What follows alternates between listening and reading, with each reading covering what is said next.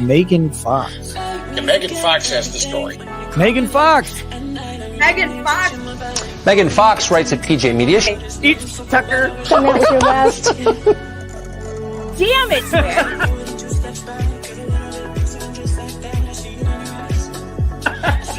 I cried for 2 days.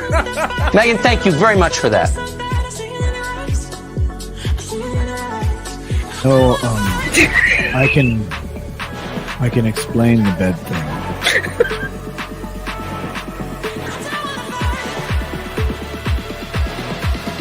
If you don't show up and vote, up your ass.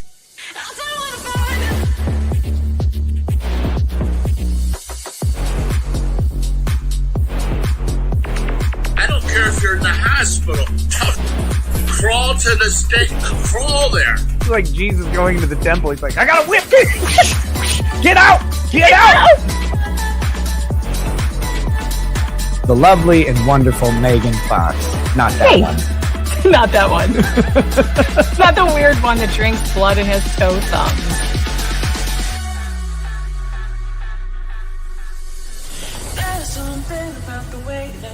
Megan Fox. Megan. And honestly, Megan, if you don't like it, I'm sorry. She's the devil. Megan Fox. Megan Fox. I've been very nice to you, although I could probably maybe not be based on the way you have treated me, but I wouldn't do that. You've never met a like me. You want to tangle? You want to go? Holy sh**. Too much cussing on this. I guess we didn't bleep it, so we got to turn it off. But it's. You pissed off the wrong woman. Oh my God! I have been assaulted, but Megan Fox runs wild on you, brother. She's the devil.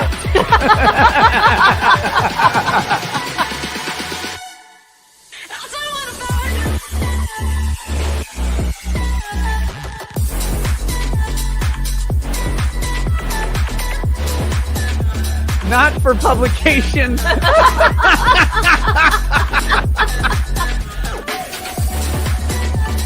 The story. I'm Megan Fox. Thank you. Cheers.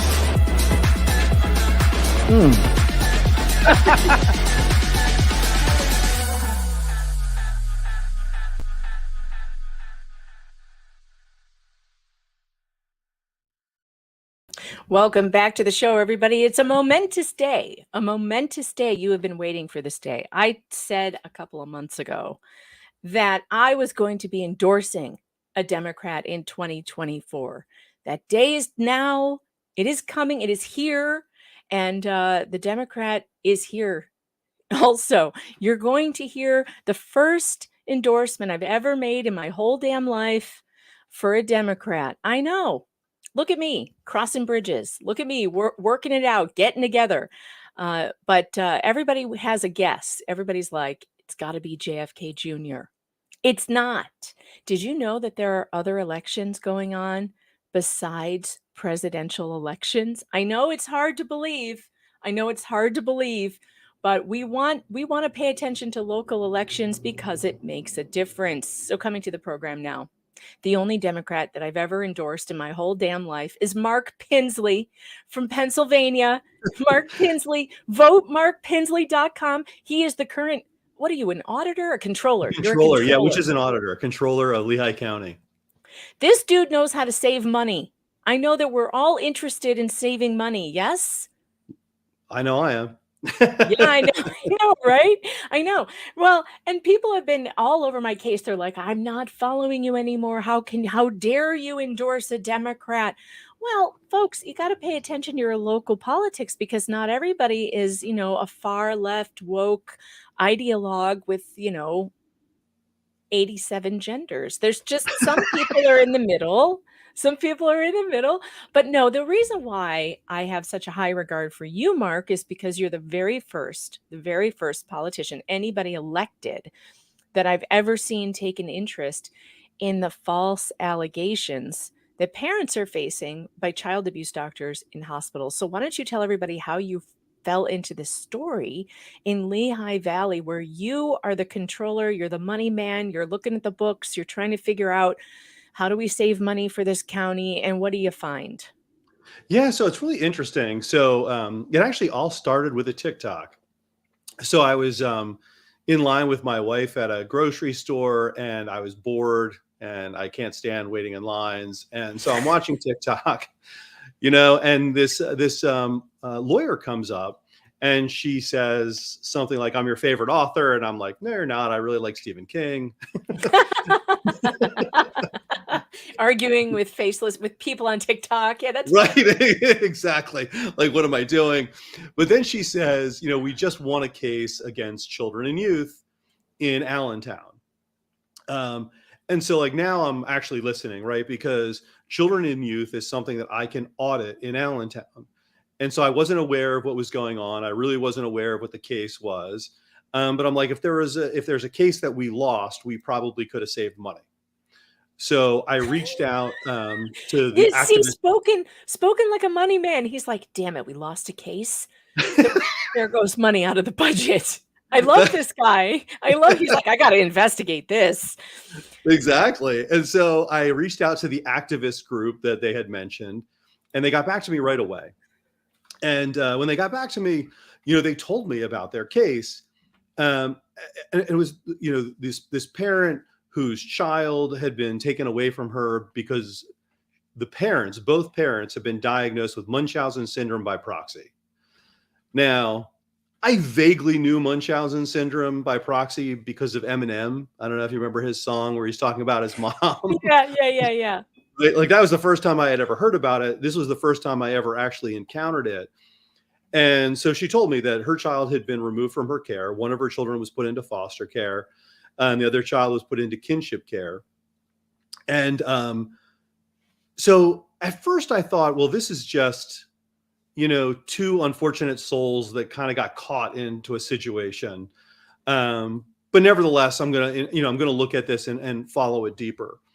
And when I did, well, first off, as I started investigating, like, it gets out there, right? That you're investigating just because like you're asking people questions, things are happening. How dare you, sir? How dare you ask questions? Right, exactly. You're supposed to just shut up and, keep your head down, Mark. Didn't you get the memo? You're not supposed to investigate corruption. I know. Oh my gosh. It's, some of it happens so quickly. Like all of a sudden I'm getting like anonymous tips. Right. So like people are sending me emails anonymously and things Welcome like that. To my world. Like I was not expecting this. And so I ended up finding out that this doctor had the same problem up in New York, where she had taken many children away from families for a variety of reasons. Munchausen syndrome was a one that happened over and over again, but it was also shaken baby syndrome, head trauma, things like that. And she had been sued up in New York. And in fact, I think it was one of the commissioners up there, they pierced through government immunity to go after him. Very unusual, very unusual. It had to be bad. Mm-hmm. Then I found that she had gone down to Florida and that she was being investigated by some government agency. Now it escapes me which one it was. But a government agency was looking into her, and before they had completed, or maybe just after they had completed their investigation, she left and actually came up to our area, Lehigh County. Now, at the same time, what I did was the state of Pennsylvania keeps track of all of the child abuse and divides it into segments, right? So how many children were sexually abused, how many children were physically abused, et cetera, all the way down to the last thing being medical child abuse or Munchausen syndrome. So I downloaded this data, and right away you could see a cluster around Lehigh County and the surrounding counties that all use the same children's hospital. What is with these children's hospitals? My God. I don't know. It was fun. And I had never really heard of a child abuse pediatrician at that time. Like I didn't know what was going on. And so the first thing I did was when I look at it, I'm like, oh, there's a problem there. Like very quickly you can see a problem. But then I'm like, you know what? Let me send this off to a statistician. Is this just something I'm seeing visually? Or is a statistician going to tell me, no, there is a statistical improbability that this would happen? And so I did. I sent it off to a PhD. He came back and said, you need to look into this. Like, this is a real thing. Something's wrong. And then I also sent him the fact that 2 parents in the same household, were diagnosed with Munchausen syndrome without being seen by the doctor. And so I asked him for like statistics on that. Like, the chat is asking, what year did this start happening? When did you start looking into this? 2023. It was, okay. This just happened like in the fall, right? This is when it all kind of blew up. It happened very quickly. And in fact, I was highly motivated to get it done because what I was concerned about was my election for controller was last year. And I thought if I lost, I wasn't going to be able to help these families. Mm-hmm. So I really started dedicating, like I got up at 6 o'clock in the morning and wouldn't go to bed till midnight, like doing the research on this. Cause I was like, I really was worried that you just don't know. An election, you don't know. You're going to win, you're going to lose. And, once you learn about this, like you can't put it down. Like families are hurting. Mm-hmm. I didn't. This is something that once you see it, you can't look away. Yeah, you can. It's just because you can't even think it's real. So then I actually took that information to the statistician about the 2 parents, being in the same household. And he was like, it is more likely that you will be hit by lightning twice than 2 parents having Munchausen. Yeah. So I was like, well, hey, that seems pretty odd. That's not going to happen. And so then because of my position, I don't have the ability to follow a specific case. In other words, let's say that you come in and you're the child's parent. I can't follow you from beginning to end because I just don't have the authority to follow the case. But what I was able to do was look at, publicly available information, both what we had and what is nationwide, and then start to look at things like, how much does it cost to put a child in foster care? How much does it cost to put a child in kinship care? How much does it cost for the lawyers for the child, the guardian ad litems? How much does it cost for the lawyers for the parents? And you start to build a financial case as to when you have a misdiagnosis of any type, what is it costing the county? And so I put that out there. And after my report went out, and I'm going to come back to before, but after what does it cost? It's really hard to say, but you're talking about like guardian ad litem, $25,000. Foster care, another $25,000 to $35,000. So you're running up to about $100,000 per child minimum. And that money, is it coming from your budget, or do you get federally reimbursed for any of that? Both. Yeah. Mm-hmm. So some of it will come from the federal government and some of it will come from the county government, depending on how it's allocated. Like, so for example, a caseworker, we pay for about 20% of a caseworker's time. Federal government pays for about 80% of the caseworker's time. The lawyer, we pay about 100% of the lawyer's time, the solicitor's time. Same thing. Guardian ad litem, there might be some split there, but it's like all over the map, depending on what the service is. It's interesting that the county pays for the guardian's ad litem because in a lot of the cases that I've seen, the parents are required to pay for that. On top of all the other crap, including custody, child support. That's what it's supposed to happen if they can pay child support. But many of these people can't pay child support. So it either comes from the county or for the federal government. Isn't that something, though, when the federal government gives money to care for kids in foster care, they're still charging the parents for child support? Like, well, you took my kids away from me. You pay for them.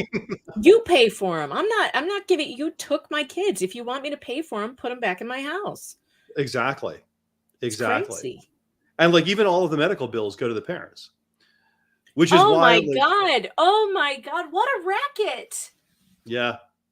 Wow. Which is why a lot of times when you find something like Munchausen syndrome, you usually find that the diagnosis is a family that has healthcare. Right. They have health insurance. Because one of the things that you'll find that happens is, so let's say you have the first child comes in, the doctor diagnoses some kind of medical child abuse, and you have 2 other children. The first thing they do is they bring in the 2 other children as well, that, by the way, you, the parent, are going to pay for. And they say, okay, well, we need a full body x-ray. We might need an MRI, whatever. There's a whole bunch of charges that come into play, even though that child might not have any indication that there's abuse with that child. So it is a racket. I mean, I think at some point the parents should go back and take a look at, insurance fraud. But that might be for another day. That happened in the Maya Kowalski case. They found massive fraud. They had overbilled. They had billed for the thing they said she didn't have. So they said she didn't have the CRPS, but they were billing the insurance under CRPS codes. Incredible. And then yet still not giving her the therapy and the things that she needed for it. So yeah, it's definitely something you gotta look they at. Just close that case, she won, stop fighting her. Oh no, they're not going to stop. They're never going to stop. I feel terrible for her. She's going to be my age by the time she gets a dime, if she ever does. Probably.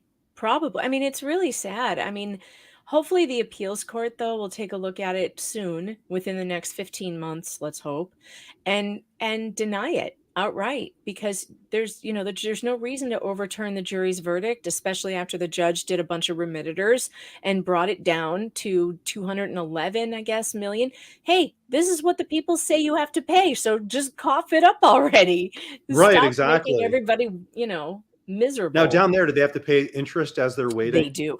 Oh, they do. And in fact, Recovery Addict on YouTube, I don't know if you know about his channel or not, but he follows court cases, and he has the most hilarious interest counter. It's live. Let me see if I can pull it up, because it it tells you by the second how much money they owe. Oh, really? I love this.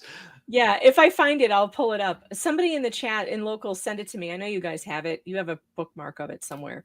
But yeah, he's got it counting up, ticking up and up and up every single day, because it's something like $25,000 a day. Oh my goodness, that's unbelievable. Yeah, it's great. What I could do with $25,000 a day, let me tell you. I know. But I mean, instead of just cutting their losses, they're determined to just spend more money fighting this. It's really sad and strange. It really is. Yeah, I don't understand it, because ultimately it's not helping their brand either. Just in general, you did the wrong thing. What can we tell you? That's it. Mm-hmm. And you lost. Right. But they won't accept it.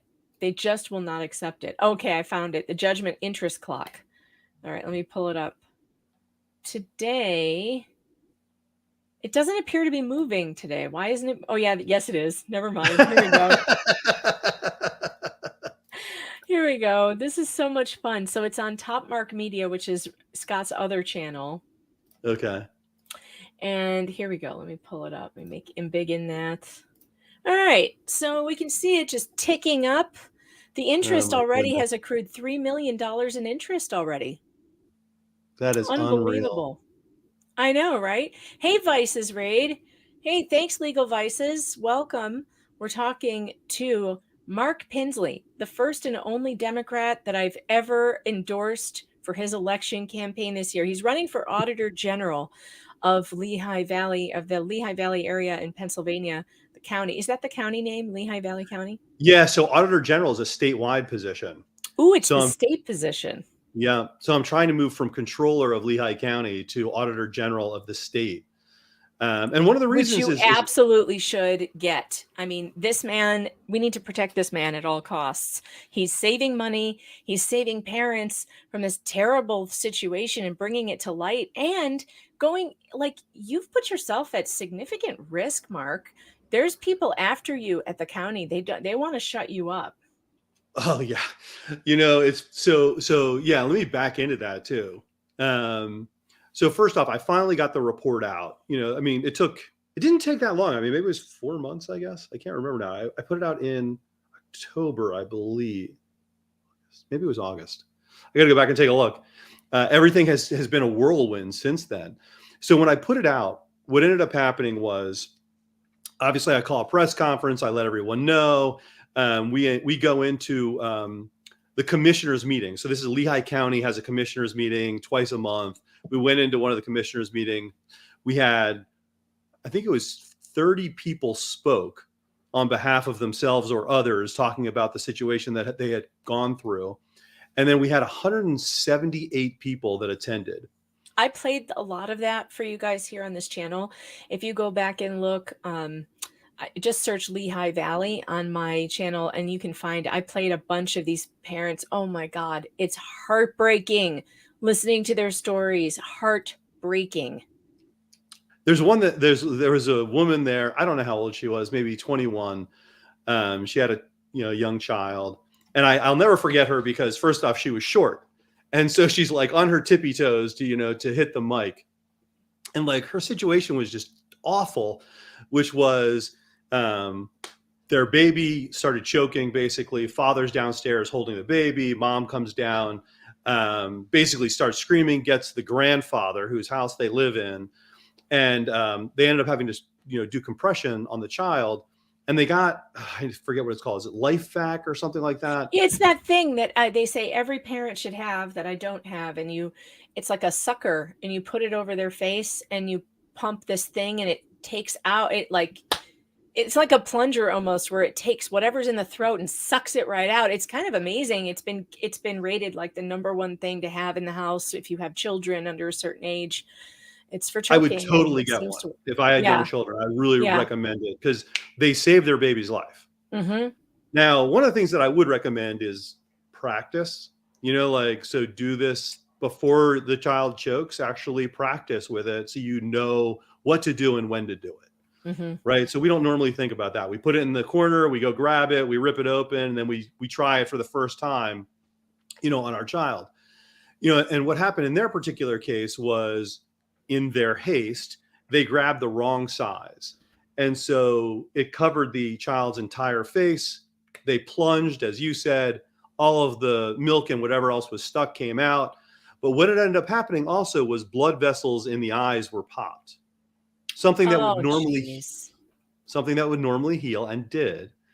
But because of that, when they went to the hospital with this particular doctor, she said it was shaken baby syndrome.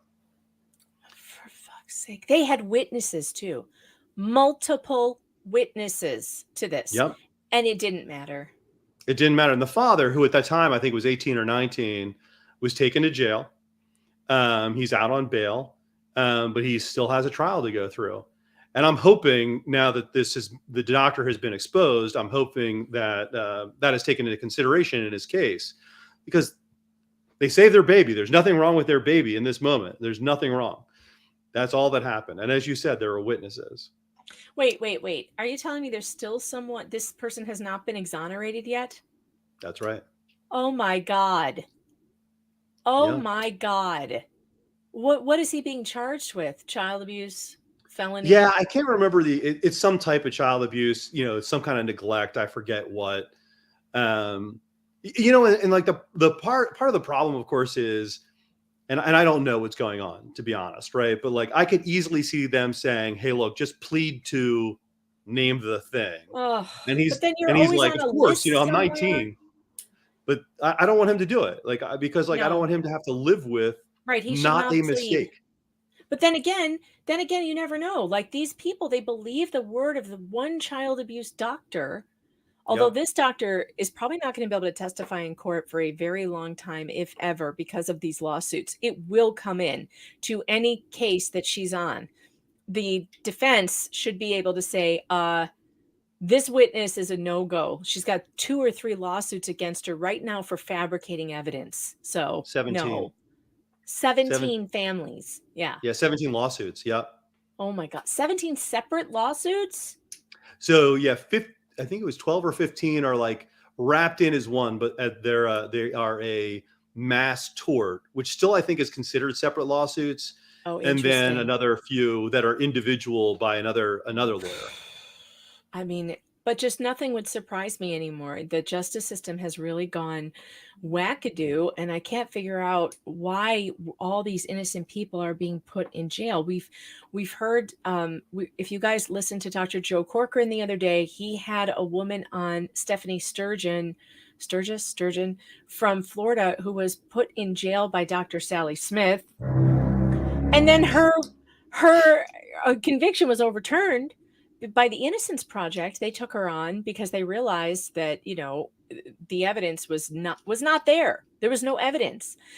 Yesterday, I talked to someone from Ryan from You Are the Power. He talked about this case currently in Georgia, where the child abuse doctor alleged that dad took his newborn baby that just got out of the NICU and drop kicked the baby with no evidence that this ever happened.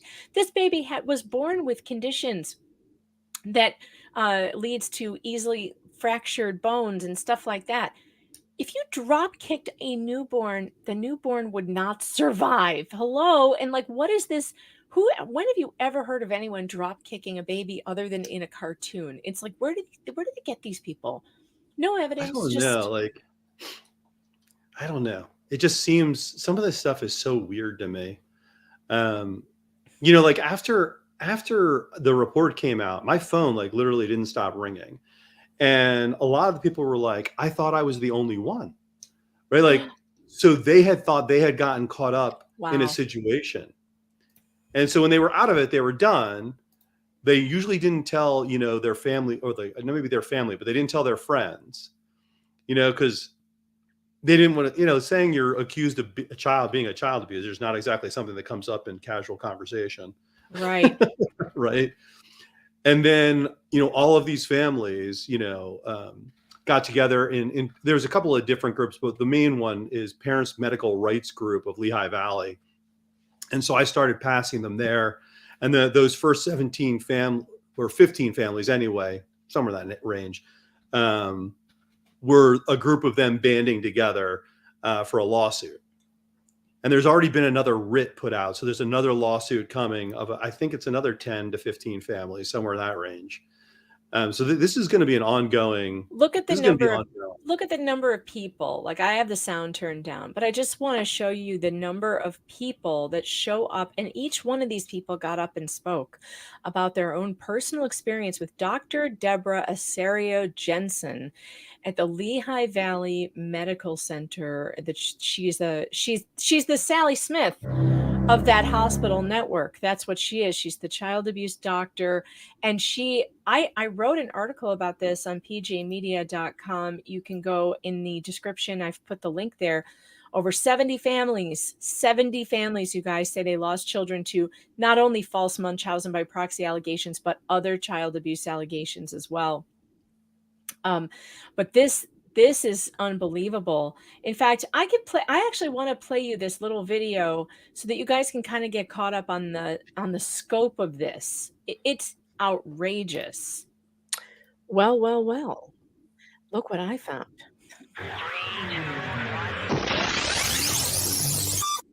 Because just like so many others that have stood and spoke before you, my family, my children, my husband, myself are victims of the cruel practices that seem to follow Dr. Debora Jensen everywhere she goes. The trauma, the pain, the agony of having your child ripped from your arms and taken away from you, all while being wrongly and falsely accused, is indescribable. Debora Jensen's word, without ever having met me, my life, my family's life, turned into a living, breathing nightmare. And it's a nightmare that never ends. We can't hear a car door close outside my home without jumping. We freeze at any knock at our front door, fearing the police are behind it when it's opened.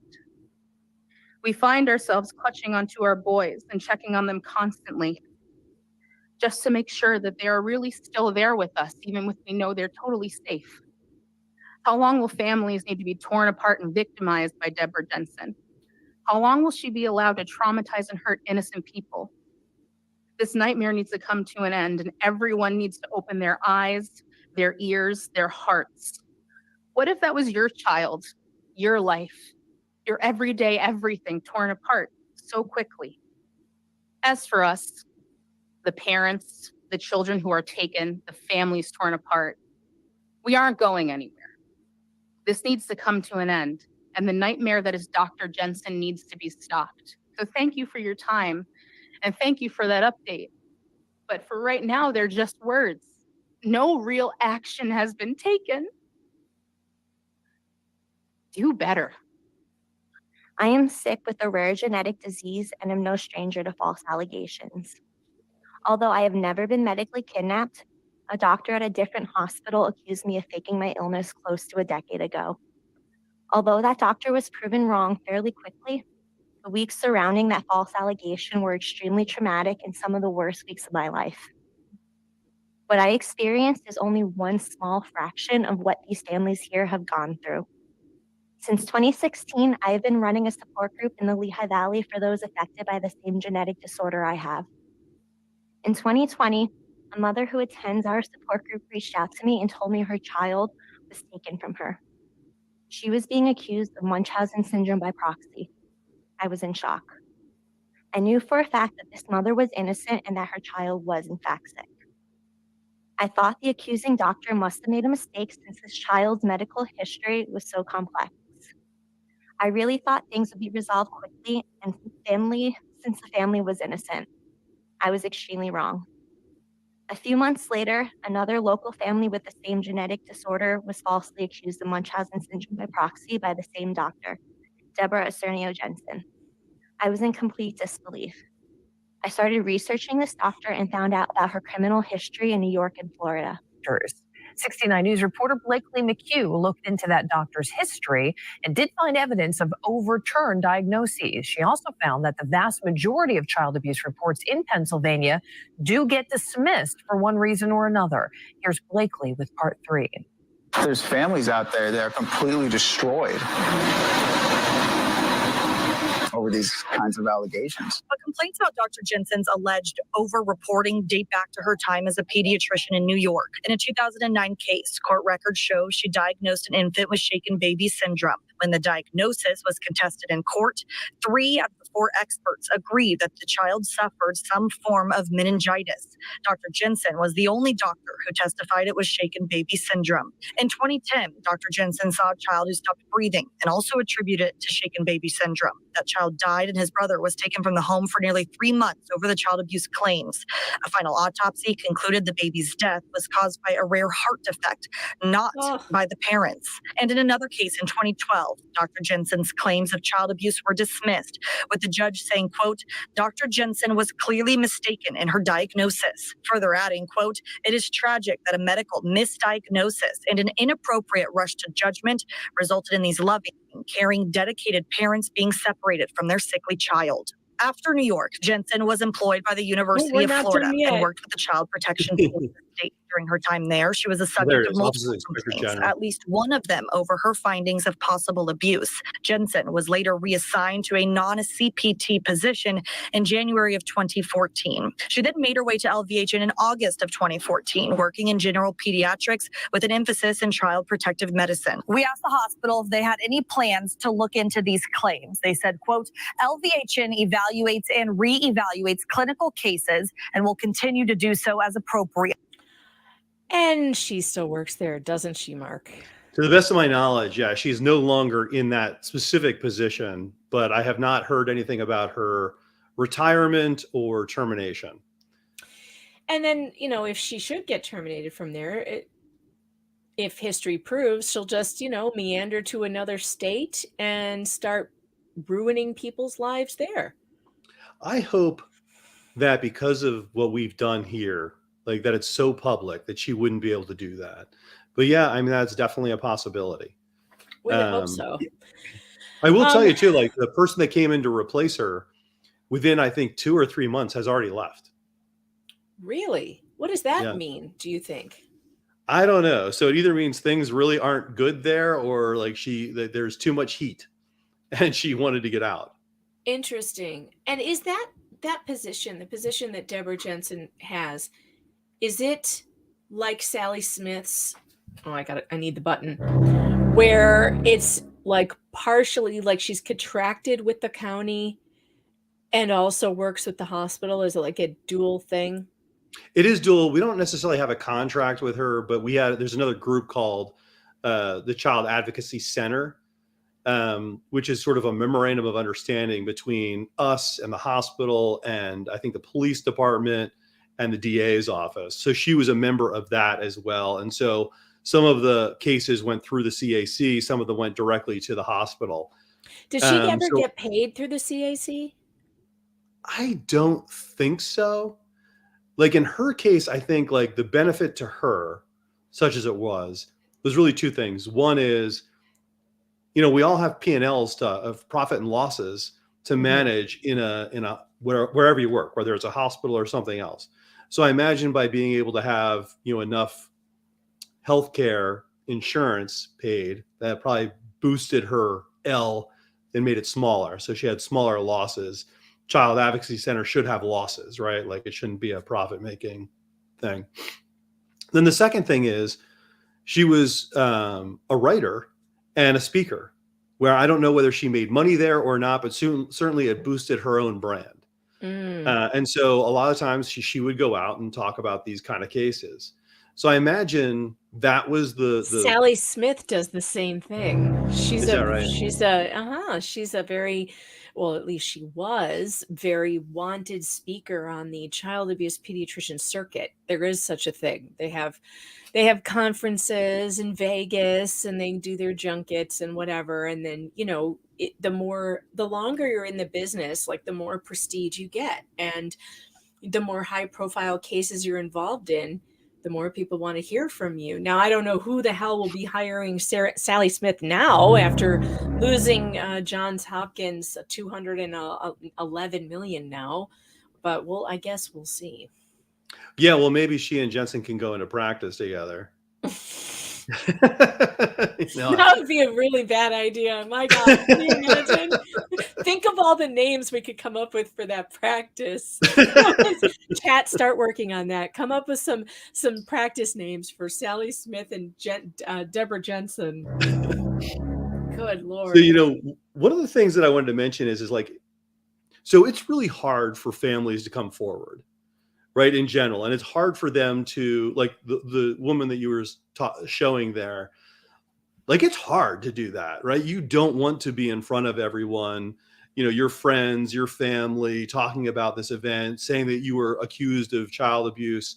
And in fact, you may be listed, at least in Pennsylvania, on the child abuse list.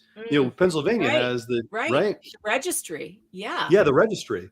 And most times when parents are accused of child abuse, their neighbors and friends do not believe them. Neighbors and friends will just desert you, abandon you, because they just believe that the law enforcement knows what they're talking about. And, nobody could possibly be accused of child abuse that didn't do it. Absolutely. And, like prior to this, I may have been on that bandwagon, right? Like skeptical of the person who was claiming they weren't really a child abuser, but somehow was on the child abuse list. Now that I've gone through the process, it is terrible. It's terrible.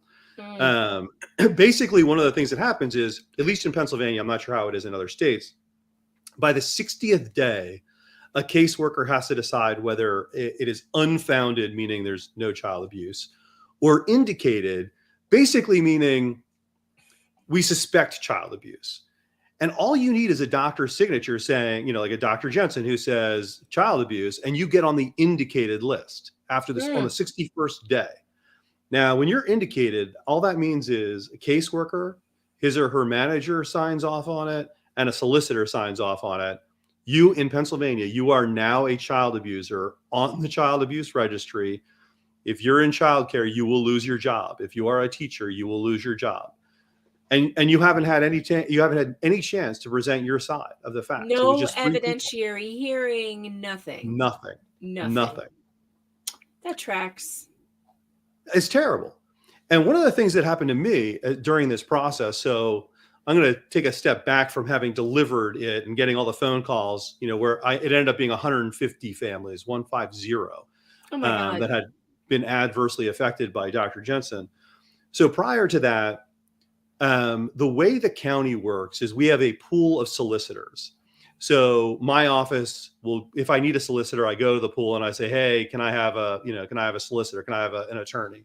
And they assign one to me. If the child advocate, if the children and youth needs a solicitor, they go as well, or the commissioners or the sheriff. We all use that same pool. So anyway, as I'm writing this, I have now determined what my attachments are going to be the report. I have not finished the report, just the attachments. And the reason I knew what some of them were going to be. By the way, guys, he wrote a 100-page report, 100 pages. This man is a man after my own heart. Damn it, Mark. I can see you in my mind's eye at your keyboard, just typing away 100 pages. Like, just get it all out, man. That's it. Oh yeah. I mean, I was a man with a mission. There's no doubt about it. And so I sent the attachments, just the attachments, to the lawyer. And the lawyer and so the reason I knew what the attachments were going to be was because the families had given them to me, right? So I had the testimony, I had, child medical records, things like that. And basically I was saying to the lawyers, am I allowed to put this in as an attachment? Because some of these cases are sealed. Can I just get the parents' permission? Like, what do I need in order to do this? So I sent it to the solicitor's office, and then they assigned me the lead solicitor for children and youth. What? Wait, what? That seems like a conflict of interest, Mark. Absolutely. And so, and I said to them, so there was 2 that were going to be assigned. Wait, and I Flux said, just figured it out. She said, wait, I don't understand. This dude is government and he's helping? We must protect him. Thank you. I could use the help. There's no doubt about it. You guys, we haven't even gotten into it, but he is under assault by his own party. They want him gone. They do not want him in this position. He's doing too much to uncover corruption. Instead, they have endorsed a guy who is a total dope. He doesn't know how to balance a checkbook, I bet. He has no background in finance or any of that. And he also totally and completely lied on camera and told a woman that Mark here is a racist. He said Mark doesn't like black people. Now, how ridiculous is that? Does anybody believe that Mark here said those words? Ridiculous. Oh, no, he's terrible. You're under assault by your own damn party. And instead of saying, I'm sorry, or giving a reason as to why he said it, he said something like, I'm not going to engage in dirty politics. Sir, you started the dirty politics. I know. I was like, I don't know what you're talking about, but hey, have at it. Phyllis wants to know if you have any thoughts of unaliving yourself. Perhaps you should tell people that you don't. You don't. No, not at all. In fact, like this case is really the case that made me want to become Auditor General. One of the things that I will say about it is, like I get excited by saving money, right? I do. And so when I save the county $9 million, I'm like, hey, that's a good day. Yeah, it is. Yeah, exactly. But what you don't normally have is Melanie. Everything's changing parties. Well, but I mean, that won't solve the problem either. I mean, his party might push him out at some point, but look, there's corruption on both sides. I keep trying to tell you people, this is why you have to go through each individual as an individual and forget about parties. Because parties just don't mean anything anymore. When this man who saves the county millions of dollars is getting pushed out by his own party, you know that you have problems, Yeah, absolutely. When so the reason that I wanted to run for Auditor General is because I talk to these families, and they're not just dollars to me now, right? Like these are like living human beings that have gone through a terrible time. And I can tell you that I would never want to be an investigator because, I investigated them. And when I first was asking them questions, I'm basically pretending like I don't believe them, right? Like, prove it to me, prove it to me, prove it to me. Show me the timeline again. Show me the timeline again. And the worst of it is like, they're going through their trauma again as they're telling me this. And I can't help but feel it, like I'm a human being and I hated what I was doing. But in the end, I believe them. And once you get past that point from like, this is real, like all the timelines are matching up. What they're telling me is making sense. And now you flip to, we got to help these people. That's really what changed me from wanting to, just be a controller to be an auditor general. Is you can see the people, and you know that you're actually having a positive impact. And it's not just dollars, it's human beings. And even though like I've always believed like every dollar impacts somebody, right? Where like if you're paying a judge, that money is affecting the judge's life, right? It's their money. But that same judge is also affecting all of the people's lives, right? That they're ruling on. And that never became clearer to me than in this case. So tell me about, so you're working on this report. You've got this 100-page report. You've got all these attachments. Now the county has given you the DCF or whatever you call it, the child services lawyer. Yeah. They give you the lawyer who works for them to review your report to see if you can make it public. What happened after that? This was the best part. Yeah, so I get is. a letter. So stay tuned, folks, because this is about to get wild. So I get a letter back from the lawyer, which basically says I'm ultra virus. Now, ultra virus means I'm out of my lane legally. Stay in your lane, sir. Yeah, stay in my lane. Exactly. And the reason that you worry about that as an elected official is because you do have government immunity. Like we talk about the police having government immunity, right? Well, elected officials. It's a sore topic here. It's a sore topic here. I'm sure. But at least we want to strip immunity from everyone. We want to strip it all. No immunity. Right. Yeah. And then you would never have reports like this come out. Well, that's true, because like you're saying, okay, so in this case, he's telling you, the lawyer's telling you, if you print this, we will not defend you from the incoming defamation that could be coming from Debora Essario-Jennsen or the hospital, let's say, right? That's exactly right. Mm-hmm. That's exactly what they were saying to me. You're going to get sued. We're going to get sued. We're not going to protect you. And by the way, we think you're going after this doctor. Now, mind you, they accused of going after her. Right. They didn't even see my report yet. They didn't know whether I was going after her or not. All they knew was the attachments. But, the head lawyer of children and youth had defended her in the past. In other, oh my God. Yeah. Wait a minute. Was she entitled to a county lawyer? So no, in another case outside of our county, this same lawyer had been involved in a child abuse case where he was on the same side as Debora Jensen. As her. Oh, and so he was defending her credibility. Was she an expert witness in that case? She was. Wow. Yeah, Lois Thomas, that's a very good question. Mark, if you're a whistleblower, don't you get federal protections for that? Because there are whistleblower laws. Yeah. So I don't know because I'm an elected official. So first off, I'm not sure if I fall under the whistleblower laws in general. I just don't know. And then secondly, because I'm a county official, it's not a federal. So that's the whistleblower law primarily is at the federal level. Yeah. I don't know. I'm sure we have something in the state that's similar. But that doesn't mean you would be entitled to a lawyer, though. So you would probably be on your own for lawyers' fees, even if you were protected. Like, for instance, if your job was protected, let's say they couldn't fire you or you couldn't be removed from office for whistleblowing, doesn't mean that you could get an attorney to defend you. Yeah. Correct. Where right now the county has to pay for my lawyer under normal circumstances. If I'm not out of my lane, the county has to pay for my lawyer. Mm-hmm. So when he sent me this. Yeah. So when he sent me this letter, I've dealt with lawyers for a long time. Like I come out of corporate America, I was, senior staff at large companies. And like in his letter, so first off, I know any one of my lawyers at a corporation, they would never have sent that to me in writing. They would have picked up the phone and said, hey, look, we think you're out of your lane. Let's try and move you back into your lane. Right. Right. Putting it in writing really was risky. Oh, well, I think it's a CYA for them.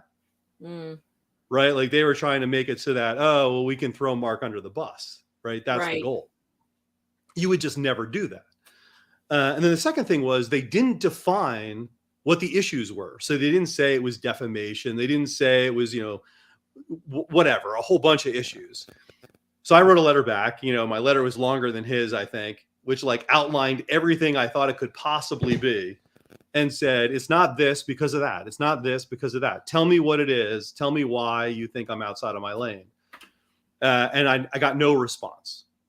So, okay, fine. So I just keep it trucking forward, right? Like I'm not stopping. So we get close to the time. I have now, by the way, I have told all of the commissioners what's going on. In fact, like I did this immediately because I thought it was a serious situation that we need to look at and take care of as quickly as possible. And in fact, I had written for them on their behalf a resolution, 5 resolutions, in fact. Now, a resolution, just so you know, it's not a law, right? It's like, it's like the Boy Scouts come in or the Girl Scouts come in, you write a resolution, you say they are the greatest things since sliced bread. It just, it just gives you an idea of what the commissioners are thinking. Right. And so I wrote resolutions that were standing on behalf of the families, just saying, yes, we're going to look into this. Yes, we have some problems, all this kind of stuff. And ultimately, like the senior the solicitor killed the 5 resolutions, narrowed it down to 1 resolution that basically said, Mark should send this to the State Department of Human Services and the Auditor General. Meaning, we're going to do nothing. That's it. It's somebody else's problem. It's somebody else's problem. Exactly. Even though and then I had the county oversees, though, the children and youth. Yeah. Correct. Yep. Yeah. And many of the dollars do come from, so the dollars are split, as we said earlier, so from county dollars to state dollars. So they were making the argument like, hey, it's not us, it's them. Give it to them. Well, I was already in touch with the Department of Human Services anyway, right? Like I wasn't keeping this a secret from anyone. Right. Right. The commissioners, they wouldn't all answer my phone calls. I called them no less than 6 times or communicated with them no less than 6 times about this. Several of them would, several of them wouldn't. And as you can imagine, there's a Democrat-Republican issue. So some of the Republicans wouldn't. Some of the Republicans did. But in the end, like they weren't, in my opinion, they weren't taking it as seriously as it needed to be taken. Okay, so all of that's going on behind the scenes. I'm communicating with as many people as I can. I've gotten lawyers involved. The lawyers are telling me to stop ultimately, but we're trucking forward. I continue to write the report. Now the report still isn't done yet because, it's really not going to be done to the last day. I'm just crossing my T's, dotting my I's, all that kind of good stuff. And so I've set up a press conference for the day before the commissioners meeting. And then I've asked the families to come in and talk on the day of the commissioners meeting. So a week before this happens, I get another note from the solicitor's office saying, Mark, you're ultra virus, you're out of your lane, you're getting everyone sued. Don't put this report out. Send it to the Auditor General. Send it to the Department of Human Services. Oh, and by the way, if we do find out that you're ultra-virus, if you're out of your lane, we're not going to protect your employees either. So they can all be sued. Let them know that we're not going to protect them. Okay. And now you're talking about employees who are making, these are not people making a ton of money. These are, they're public servants. They're doing it because they love it. They're, you've got a couple of, you've got like 2 staff members. It's not a large staff, right? I have 8 staff members in total. And by the way, made of Democrats and Republicans. We're a good mixed crew. And there's executive assistants and we're talking lower level people. These are not high level people. These are these are people that don't deserve to be sued. Yeah, no. They were most of my staff was barely involved in the investigation in the first place.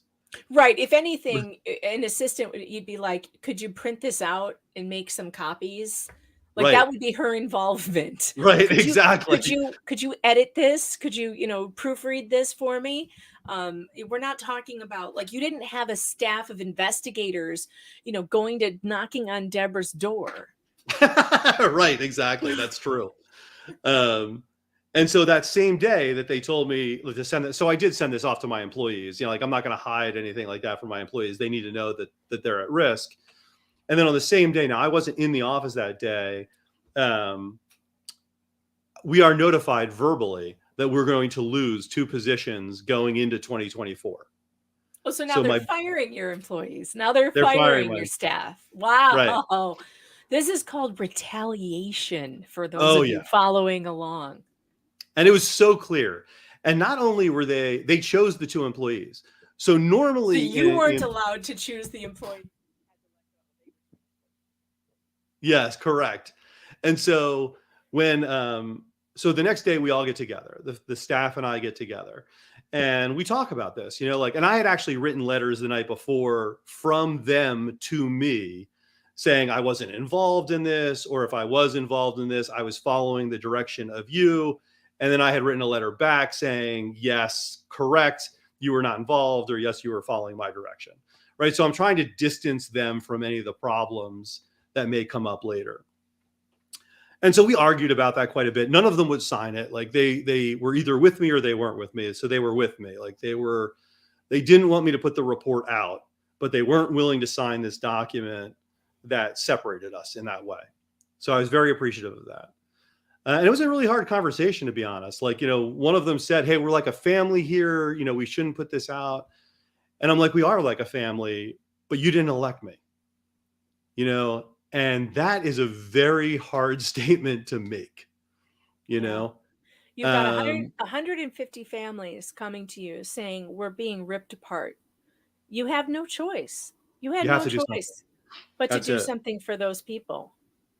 And unbelievably, the only guy in the whole damn government who cares is the finance guy, like the controller. I can't even get over it. It's like the nerdiest guy in the office. And like, he's the only one who cares. It's not the mayor. It's not the, you know, the commissioner. It's none of these like higher powered people. It's the controller. It's the guy with the calculator. And you know what? It just goes to show you, Mark, anybody can make a difference. You can stand up and say no. You can say no. Oh, so what? I'm supposed to just be focusing on dollars and cents. So what? These are people who we are wasting taxpayer money, ripping families and children apart. Absolutely. Look, you know, these people were just people to me. I know that some of them were very far to the right, and I know some of them were very far to the left, because when they talk to me, you can tell, right? But I don't care. I don't care. Like they had their kids ripped away from them. Like nobody deserves that. Mm-mm. And so one of the things, so that same day they're telling me that they're gonna take 2 employees away, or the next day after we're talking about it. What I said to my staff is, you know what, I will go to the families and I'll talk to them about what they want to do, because I've promised them that I'm going to do this.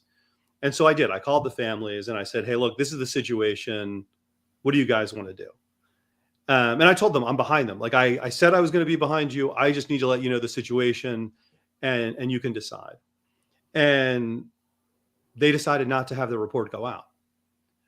Right? They said, you know, we don't want anyone else to get hurt. We appreciate what you've done, you know, but it's not worth it to hurt your employees. Which is, to be honest, what I expected them to say, because I knew the kind of people that they were. But it's still touching when someone actually does say that, you know, that cares so much about others.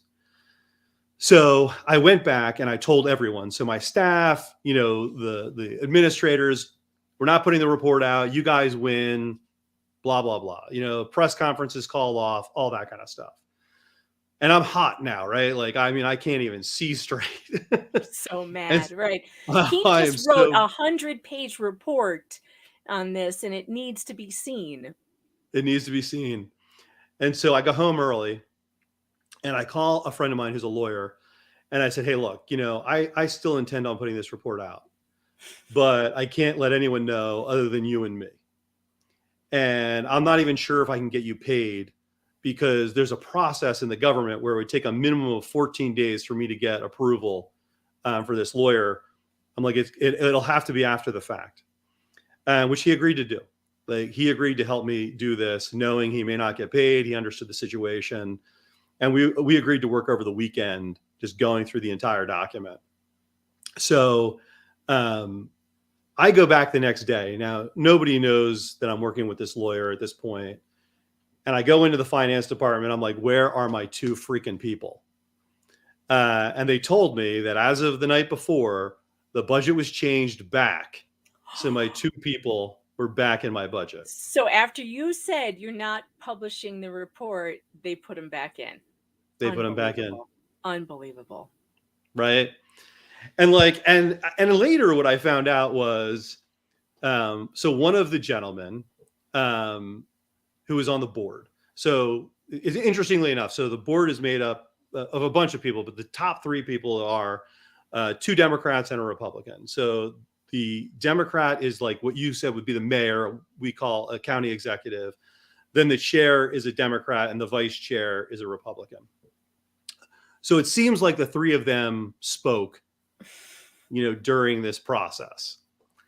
And that's all kinds of illegal too. They did it off the record.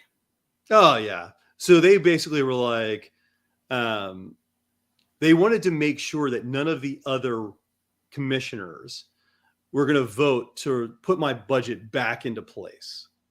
So the vice chair was calling around, just seeing like, hey, are you with us? We're cutting Mark's budget. Will you stand? Wow. Right. And so I know at least one of the commissioners said no. He's like, no, this sounds like retaliation. I'm not in.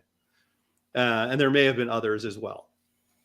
So, but like even the fact that that happened, right? Like the fact that they're having this conversation is like not right in the first place, right? Like who knows what you guys are doing. And by the way, the budget being taken away from me, that's a Democrat. So it's the executive who calls, the finance department and says, change the budget. So my fellow Democrat is the one that tried to cut those two people, just to be clear, right? So this is not a Democrat Republican thing. Like this is just bad people thing. So now one of the things that I know is that this budget is going to print. And when I say print, I mean physical print, either Monday, Tuesday, or Wednesday of the next week. When it went to print, I announced. He goes and calls a press conference. Yeah. And he publishes his 100-page report to the media. And it was too late because they had already approved his budget and kept his people. So what are they going to do now? What, do they just go back and be like, oh, we didn't mean it. We have to take it out of the budget. No, because they do the budget how often? How often does that happen? Once a year. So you got one more year. Yeah, so I've got another year. And look, after that, like one of the things I tried to do is amend the budget so that I could increase so now I feel like, look, I'm not being protected by the solicitor in-house. Right. So as controller, I have the ability to get a solicitor that is not in-house. I just have never done it. There was never a reason to. Most of the stuff that I use a solicitor for is very easy things like, oh, should we pay overtime here? Yes or no. Very procedural issues. Sure. So this was the first time that I really needed to use them in this way. And I felt that they had a conflict of interest. So I wanted to use an outside agency, but my budget is too low because I don't normally use outside agencies. So I asked for $10,000. So, our budget is $140 million of just county taxpayer money, and then $500 million, including federal or state money, rather, federal and state money. So $140 million. I'm asking for $10,000.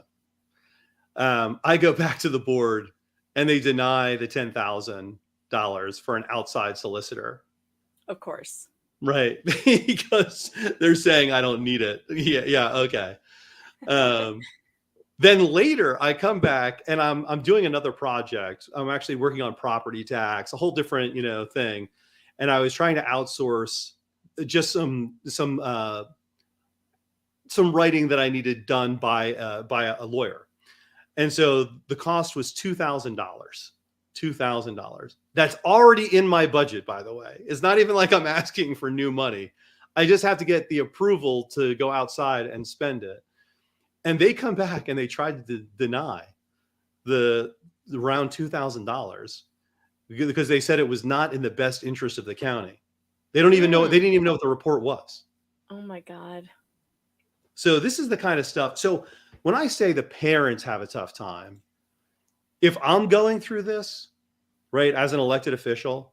Yeah. Can you imagine what a parent who has no inside ability to deal with people, are going through? Oh, imagine the retaliation that you're inside the government. Imagine being outside of it and having the police weaponized against you and having DCF or Youth and Services weaponized against you and these freaking child abuse doctors. It's terrifying. Like, at least there's nothing you can do. You're in a position where you're like, well, I can, do this machination over here and wait a couple days over here and then, turn this one against that one.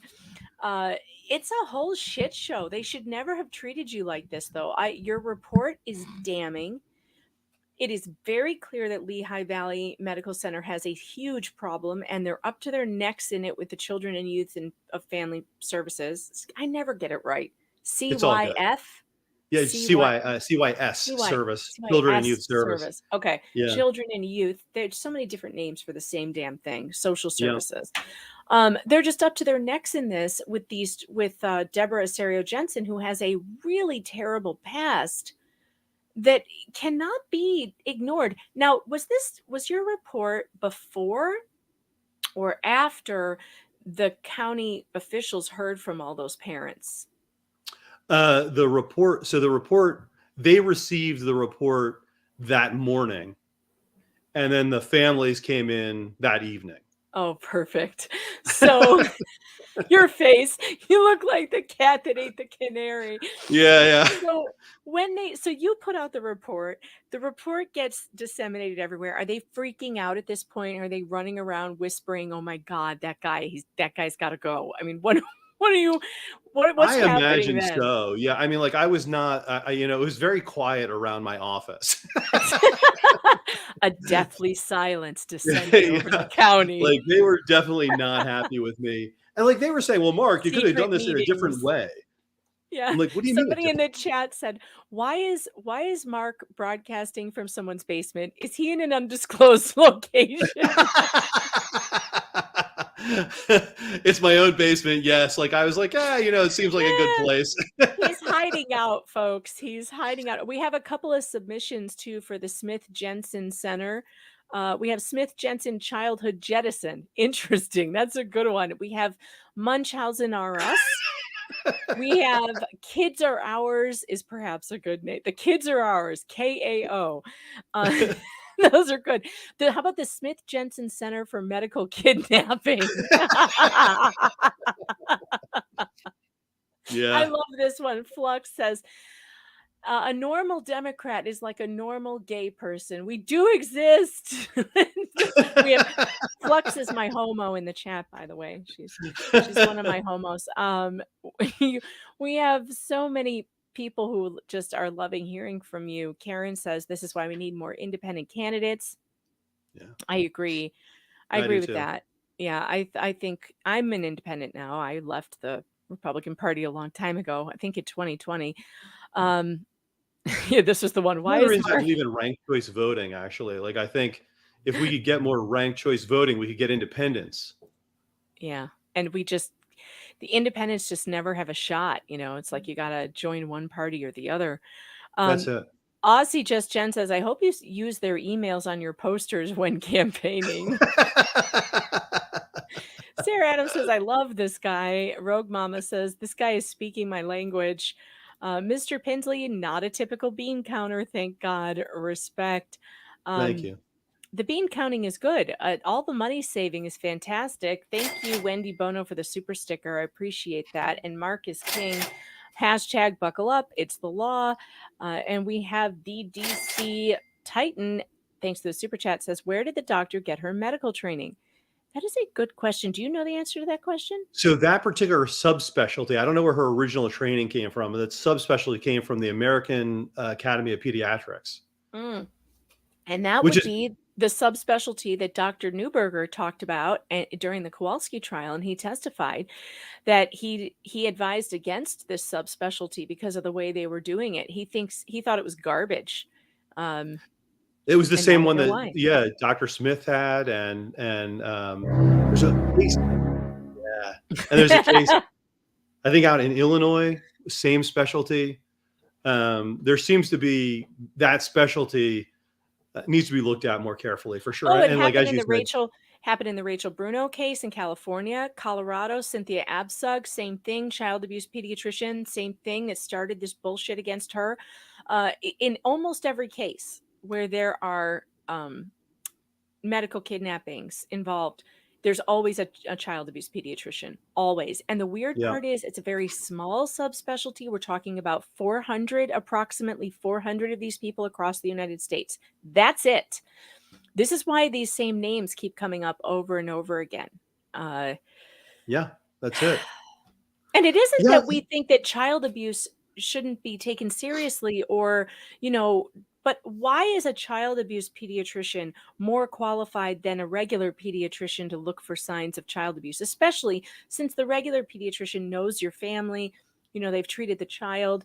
You would think they would have more insight, not less. But these child abuse pediatricians are always saying you can't trust the child's pediatrician. They get what is the word they use? Manipulated by the mothers, especially if they accuse mom of having Munchausen. Then it's, she's just this magical person who can talk any doctor into doing any outrageously unnecessary surgery on a kid. It's incredible. These are magical people. The funny thing is, one of my recommendations in this was that the doctor so what ends up happening procedurally, right, is the doctor comes in, says it's Munchausen syndrome, typically doesn't even meet the parents. And then it goes, within that 60-day period, it goes to court, and then you have people sign off on it and the child gets removed, right? So the judge is taking the word of really the doctor and then the solicitor primarily, but the child caseworker has signed off on it as well. So one of the things that I made a recommendation of was saying that you needed a second opinion before you remove the child or immediately thereafter, depending on what the issue is, right? So if you actually believe the child's in immediate harm, remove the child, right? Well, that would be called exigent circumstances. And if you could prove that you had the exigent circumstances, well, then that's legal. But absolutely. Without exigency, you can't. You shouldn't be doing this. You shouldn't be doing it. Yeah. And so what I was suggesting is you get the second opinion. One, that it should not come from actually a pediatrician at all. It should come from whatever the issue is. You have a bloody eye, you should go to an ophthalmologist, right? If you have a broken bone, you go to whoever that is, orthopedic. An osteo or whatever, yeah. Right, yeah, exactly. And let them be the second opinion. And then if you, and by the way, they can't be from the same network. Right. Right. Somebody outside the network. This is all good. These are all good ideas. Also, in Texas, they came up with a new law in Texas that said parents have the right to get a second opinion anywhere they want if they've been accused by some child abuse pediatrician of abuse at some children's hospital, that before they can take the child, they have the right to go get a second opinion someplace else. That should always be the case. But see, if you do look for second opinions, they will use that in a lot of these places, like they did to Beata Kowalski, and they say she was doctor shopping. Like, I need to know, how many doctors can I ask for opinions before I'm accused of doctor shopping? Is it 2? Is it 3? Is it 4? How many? I mean, we need to know the numbers because they're never specific. And no, they're not. Absug got that too. She was accused of doctor shopping, but she had referrals from every single doctor she took her son to. She had a referral from another doctor. So if you have a referral, it's like, wait a minute, I followed that guy's advice and I'm going to jail? Why don't you put him in jail? He advised me to take my kid to this person who did this test that you now say was abuse. So who's at fault? Me or him? I mean, it's just, this is the same thing with the Kowalski case. Same exact thing. Oh, you think that ketamine is abusive? Well, then go after the doctor who prescribed it. Right. Yeah, not the mom. How are we supposed to know? I'm not a medical professional. I'm a journalist. I don't know shit about Shinola about medicines. But if a doctor tells me to give my kid this medicine, then I do it. And then I'm being told the medicine was unnecessary. How the hell was I supposed to know? I didn't go to med school. And and not only that, in her case, it worked. It worked. Right. Right. It worked. It works. Seems like the doctor gave you good advice. Like, you know what I mean? Isn't Like, that unbelievable? Oh, it's crazy. It's crazy. Crazy. All right, dealing with it. Yeah, go ahead. No, I'm dealing with a slightly different case right now. So, as I said, all these people were calling me. I actually got calls from all over the country, right? Some people were just like thanking me for doing this. And really, I just listened to them too, because I think a lot of them they wanted to tell their story. And I was happy to listen to what they had to say. But in any case, one of the people that came to me was this grandfather and his son was in jail. And his son was in jail for the murder of his baby infant, child abuse. And so he brought in all of and Dr. Jensen was involved in some form or fashion. And, he gave me all the transcripts. I mean, it was a big box of transcripts. And so originally, I gotta be honest, I kind of skimmed through it. I put it aside. I didn't do much because the guy had been convicted, right, by a jury. So then I was like, you know what? I owe this guy. Like, I told him I would do it. I'm committed to doing it. So I start reading through the transcript. And I am like, oh my God, this guy should not be in jail. Right. So what ended up happening was the father is with the baby. Baby throws up, has problems, has been colicky, by the way, for months now. He calls the mom, who's a charge nurse, and she's at work. Mom says, bring the child in. So they bring the child in, and there's something definitely wrong with the child. So they rush them down to the emergency room, and it's bad enough that they medevac them to the city hospital. So it's not great. And then I think within a week or so later, the child ends up dying. When the doctors did the investigation and the autopsy, they were able to determine within a 5-day period of when they thought the abuse happened. So the child had, I think it was 4 or 5 broken ribs that had already healed, by the way. And it had a broken clavicle that had healed, and then had head trauma. So when you're reading this report, it's not looking good, in my opinion, for the dad. I'm a novice at this, right? It's a lot of broken bones. Yeah. It's a lot of broken bones. So they're able to determine within a 5-day period. In that 5-day period, the mom, the dad, and 2 grandparents had access to the baby. So after 15 days, the case closes. Or goes cold, I should say. 2 years later, Dr. Jensen gets hired, and a police officer sends the documents to her, and she's able to determine within a 2-hour window of when the child was abused. What? Nobody else was able to do it. She was able to do it. And it was based on a study that she and another doctor had done together that nobody had replicated yet. Oh, really? I wonder who the other doctor was. I forget. And so that was the study that she used. She went in. So the father, and I guess just the father, they show up in court. Father hires an expert witness. His expert witness doesn't show. His expert witness, ended up having a family emergency of his own, can't get there in time. And so the defense calls for a mistrial, and the judge won't provide a mistrial. He then asks for, what do you call it? An extension. What's the extension? Easy word. Oh yeah. Yeah. I know what you mean. And now my head is going blank. I should know this because we've been watching the Judge Grudge complain about all the continuances. Continuance. Thank you. Very good.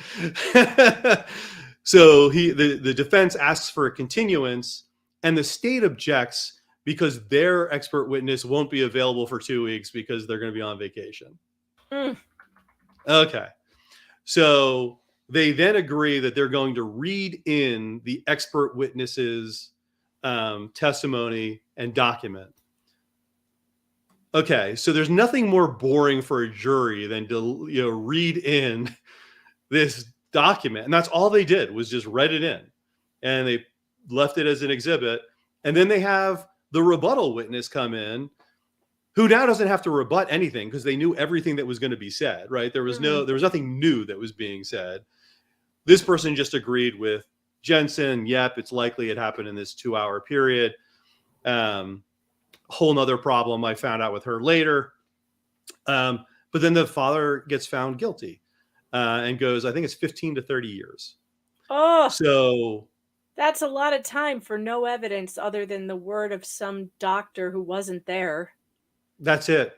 And so he's been in 7 years. That's not considered. It should be considered hearsay, for God's sake.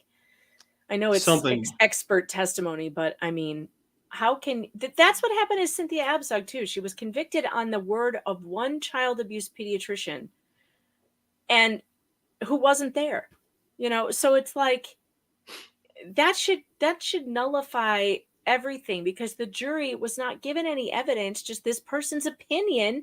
And how could you be allowed to put someone in prison based on the opinion of some other person? It's crazy. It's not evidence. She's not an eyewitness. Okay.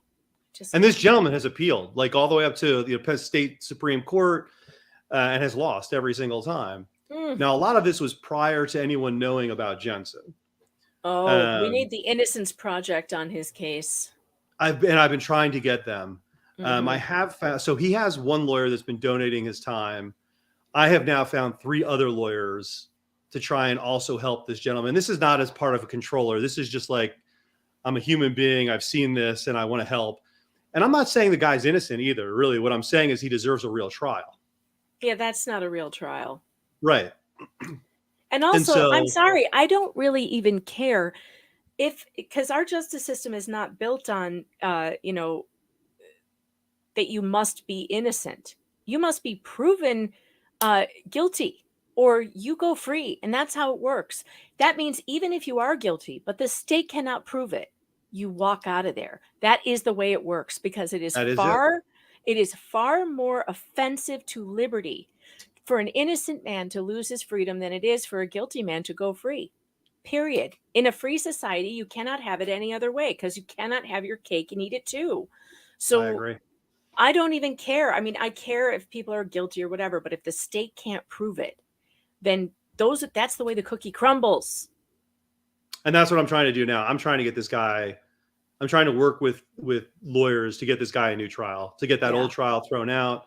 And we'll see if we can do it. Like, I really believe he's not guilty. I don't know that he's innocent. I believe he's not guilty. Right. Not guilty under the law is a thing. Absolutely. Since I've engaged, one of the lawyers that I've engaged is a forensic lawyer. Sarah, unless you're Maya, then you can have all the cake. I agree. After they threw her cake in the garbage, she can have all the cake she wants. The chat has spoken. I'm with her. I'm absolutely with her. First, then she's got to go to a dentist where she has to have everybody watching, right? Which is ridiculous. All the cake, Maya. All the cake you want. So I just believe that justice was not served in this case. Oh, the forensic lawyer actually believes because they got some of the medical records or most of the medical records. She believes that there was a disease. She believes that it may have been brittle bone disease or another disease that this child was suffering from. Of course. And this guy's in jail. And then, so another thing too that keeps coming up with the brittle bone disease would be multiple fractures in various states of healing. That's a big sign too, like where I could see how it could be mistaken for child abuse, but you have to rule these things out. You have to. And there's also ways to tell based on expert testimony that I have read where the certain way that a bone breaks and the way that there's something called rib cupping, and there's all these different things when it comes to the way that bones, especially rib fractures, are, that you can see telltale signs of brittle bone or what they call osteogenesis imperfecta, or I don't think they call it brittle bone anymore. They call it OI. But I think you're right. Yeah. Regardless, we're all talking about the same thing, but there are scientific ways to show signs of an underlying metabolic disorder instead of child abuse. And I don't think these people look closely enough. They really don't. I mean, Hello. I showed you guys that the size of that conference room and how many families were there. And according to Mark, there were even more than that. There were 150 families who came forward. We've got 17 separate lawsuits happening against Dr. Jensen. There is no way in hell that Dr. Jensen just happened to stumble into the highest rate of child abusing weirdos in Lehigh Valley. Like, Mark, are the people in Lehigh Valley just monsters? I mean, it doesn't make sense. It doesn't make sense that you have such a high concentration of not only Munchausen syndrome by proxy sufferers, but also flat out child abusers. It doesn't make sense. It's the same thing that happened in St. Louis when I did the reporting on the court reporting or court corruption there, where child psychologists were colluding with guardians ad litem, and they were diagnosing all these women in this one area with borderline personality disorder and then giving their kids to men that they had said abused them. And it was like, when you looked at it from a statistician point of view, it was like, no, this is impossible. Like, only a certain percentage of people have BPD. And if this many people in St. Louis had BPD, it would be like a cluster that should be studied by science. Way over the top, you know? Yeah, I mean, that's the problem, right? Like, yeah, it's funny that you mentioned like the guardian ad litem thing too, because I mean, this is where I have become so educated that it's upsetting to me. Right? Like, I know, right? The more you know, the worse it gets. It really is. And it was one of the things, like, as auditor general, like, you can look at these things. So one of the things that I found out for guardian ad litem, so there's different ways of paying. The one way is a flat rate, where they get a flat rate for, you know, being the advocate for a child. But let's say that child is 2-hour drive from where you are, you, the lawyer, right? And you're getting a flat rate. Mm-hmm. Are you going to drive 4 hours round trip for that flat rate to visually inspect the child? Probably not. Mm-hmm. Right. And so, like, sometimes it's the guardian ad litem is not a good person. Sometimes it's like the system itself is not good, you know, because you're like, I would understand that a guardian's not, I mean, like, a lawyer is not going to go drive 4 hours round trip for a baby. The same thing happens with the elderly, by the way, as well, right? That get guardian ad litems. The elderly situation, every time this comes up, I tell you guys to go and watch The Guardians on Amazon. If you want to know what actually happens in guardianships with the elderly in this country, it's a damn shame. But that movie at least will leave you feeling good at the end, because somebody actually goes to jail.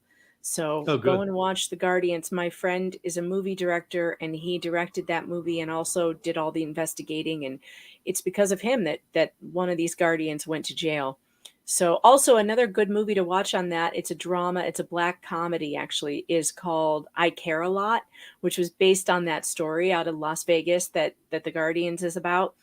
And that one's really fun because it's a dark comedy where all your revenge fantasies come true against the people who do things like this. It's, I don't know, I don't remember who directed that, but I just want to send him a thank you card for writing and directing such a wonderful movie that lets us live out our violent fantasies for bad people. It's a great movie. It has, what's the little person's name who's in Game of Thrones? Oh, yeah. I can't think of his name. He's in it, and he plays a gangster. He's so good. He's so amazing. Such an amazing actor. He is really good. Yeah, he's so good. And he plays this gangster who just metes out vengeance on these people. And it's just great. It's just the greatest thing. It's the greatest movie. No, Guardians of the Galaxy does not count, King Bob. Peter Dinklage. Thank you, chat. Peter Dinklage. Yes, that's who I was trying to think of. Oh, yeah, Peter. Yeah. He's great.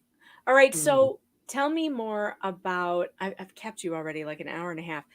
Tell me more about what is happening, like what happened with you after the report comes out. The parents all come to the county and they're telling their story one after the next. That was part of that clip I played earlier. All those parents were in front of the commission. They were telling their stories. How many people would you say told their stories to them over a period of time? At least 30 people, but I think it may be as high as 30 families at this point. Okay. So they heard these stories. Now, please tell me they all broke down in tears and repented and rent their clothes and put sackcloth and ashes on their heads, right? That's what they did. And then they Yes, that's exactly what they did in my fantasy world. And they begged for forgiveness, and they promised to make it all better. And they arrested Debora Jensen right there and brought her in front of them and got a horse whip out. And that's what happened, right? Yeah, so the county has literally done nothing.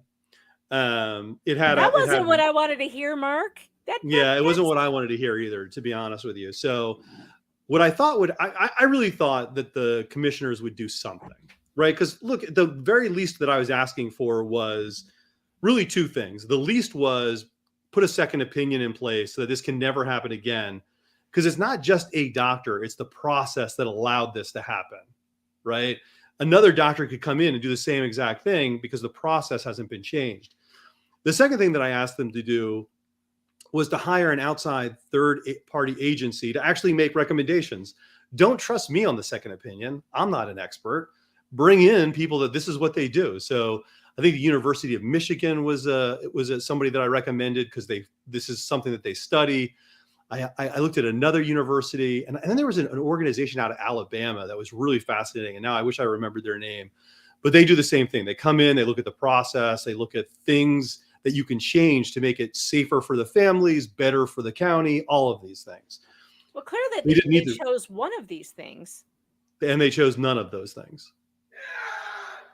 That was the wrong one. I meant to go for the sad trombone. There we go. Yeah, I mean, that's about right. And the thing about it is like, so of course the cost was, let's say, to bring somebody in, let's say it was going to cost $250,000. Sounds like a lot of money. I want to let you know, like an HVAC system costs $250,000. Right. 10 children in foster care costs more than $250,000. Right. Right. Like, so it's not a lot of money. It's worth it. We should come in and try and protect our families and our children. And I'm continuing down that path. And the families are continuing down that path. They've been a little bit quieter because they are in the midst of a lawsuit. And so they're trying to find what kind of voice they're allowed to use as they're going forward. And I hope they're able to shout loudly, as it gets closer. But what was it? Maybe a few weeks ago, maybe a month ago now, I can't remember. I basically asked the commissioners to investigate themselves. So I brought forward. How's that going? Yeah, it's going really well. I got an absolutely not. Yeah, this is what they said to you. What are you? An idiot sandwich. That's exactly right. But I made it public. I made what I told you public so that, the local newspapers picked it up. They understand, what happened. I've asked the commissioners because there are 3 new commissioners on the board now as well. And so I've described this to them. At the end of the day, to be honest, I don't care what happened to me. What I do care about is having a third party come in and make changes because that saves families. It saves kids. And that's what my put is. We need to make that happen. And I think over time, they won't want to say that it's me, but I think over time, I want to do public next dueling. time, go to them and say, all right, since you won't investigate yourselves, let's vote on public duels or tar and feather. How about that? I'm all in. I think that would be a lot of fun. I do think we should bring back dueling. I think it would solve a lot of problems. I think people have gotten far too comfortable saying and doing things that you used to not be able to say or do because you might be eating your teeth, as Tug says. Twitter would be a whole different world, right? If you could call someone out at dawn, I'll see you on the field. Exactly. Just like Alexander Hamilton intended. That's right. Exactly.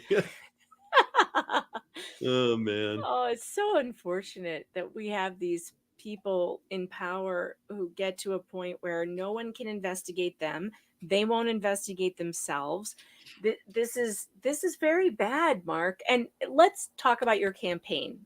Sure. Let's wrap this up. I'll have you back on anytime, but we got to wrap this up at some point here. So Yep. Let's talk about your campaign for Auditor General. How will this help you? We realize that your party is not endorsing you, and we think they're crazy for doing that because they're endorsing somebody else who's a dummy. He doesn't have a background like Mark does, and say he doesn't have a history of saving the county any money or the state any money. And this is a statewide position. So if you are in Pennsylvania, that means on your 2024 ballot, when you get down to the Auditor General slot, is your name on the ballot, Mark? Can they find your So name it's on the primary. So in this case, you'd have to be a Democrat in order to vote for me. All right. So if you're a Democrat, you have to go and vote in the primary. And this is important because the Democrat Party puts all their money behind his opponent. How will becoming Auditor General help you in this fight? Yeah. So first off, I am only allowed to do what I did in one county, which is Lehigh County.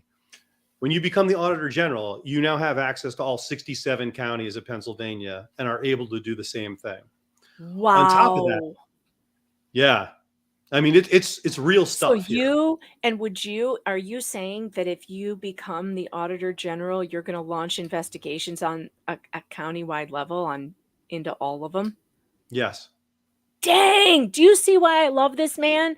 Dude, this is the first elected official who has given a shit. I have sat in front of senators. I have sat in front of elected officials in Missouri. I was in the Capitol. I went from office to office to office with a group of parents who were the same thing as Mark's got with him. And the most I got was, this was literally a reaction I got from a senator in Missouri. Impeaching? Can we do that? Have we ever, Bob, have we ever impeached a judge? And then this guy's like, no, I don't think so. And he's like, yeah, I don't know. I don't know. Like, that's their response is, yeah, you do have the option to impeach a judge, you dummies. You just have never done it because you don't think it's important, or you'd rather be, getting your war chest worked up for your next election campaign instead of help the people that are suffering. So, all right. So you can launch a major statewide investigation. That's huge. What else?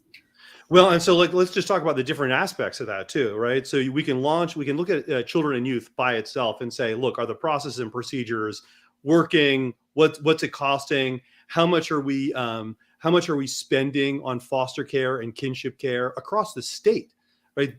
That's major money. Yeah. And when we're looking at foster care, in particular, how are we investigating the foster care parents? Like, there are some very good foster care parents, and then there are some that are really not. Right.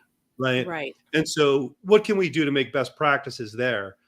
Then guardian ad litems. Like, I look at them both for children and for the elderly. Right. Like, that's a major issue to be taking a look at. What are they doing? How are they spending their money? Because everything's about money, right? What is the training? Everything is. I know you and I have had we spent so many hours on the phone about this. I've been talking to you for months. I mean, Mark and I have been having late night conversations. It's funny. And one of the first things he asked me was, tell me about guardians ad litem. Like, what's going on there? And God, I wish I could answer that question, but it is a mystery that needs to be unraveled. And I swear to you, Mark, I will help you any way I can to unravel that mystery. I do want to know, like, how do we fix this? It's one thing for me to write articles complaining about it and to investigate and try and find these stories of these people being abused. But the bigger question is, how do we fix it without swinging that pendulum so far back to the other side that now we have a bunch of kids who are being abused and are not being taken care of? We don't want that either. That's not something anybody wants. But there has to be a balance. There has to be accountability and transparency in the numbers, in the finance, which is why you're like the perfect guy to be interested in this. And it was like a gift given to the universe by God. I swear that this man is here looking at the numbers and being like, how do we make this better for people? How do we not abuse the public? How do we save the money and also save the kids? Like, You're the one who's like going to figure it out. I have a feeling, unless you get yourself, in real trouble with that party of yours. Be careful. I know.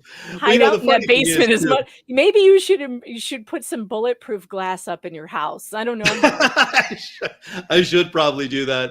I think the most disappointing thing for me was so this gentleman that's running against me, he gets caught on a Ring video, right? So we got to show that. We got to show that. I got to pull that up while you're talking. I'll pull that up. So he says, Mark doesn't like black people was one comment. And in the same thing, he basically said he's a big racist.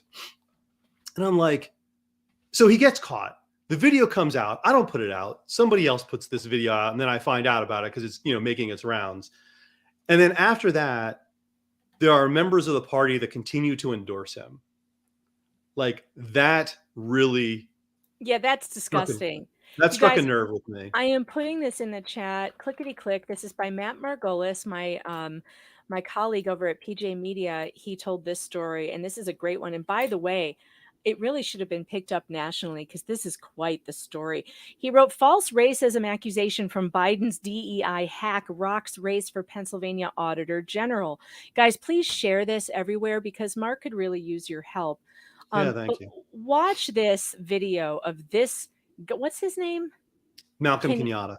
Malcolm Kenyatta. What is his background, by the way?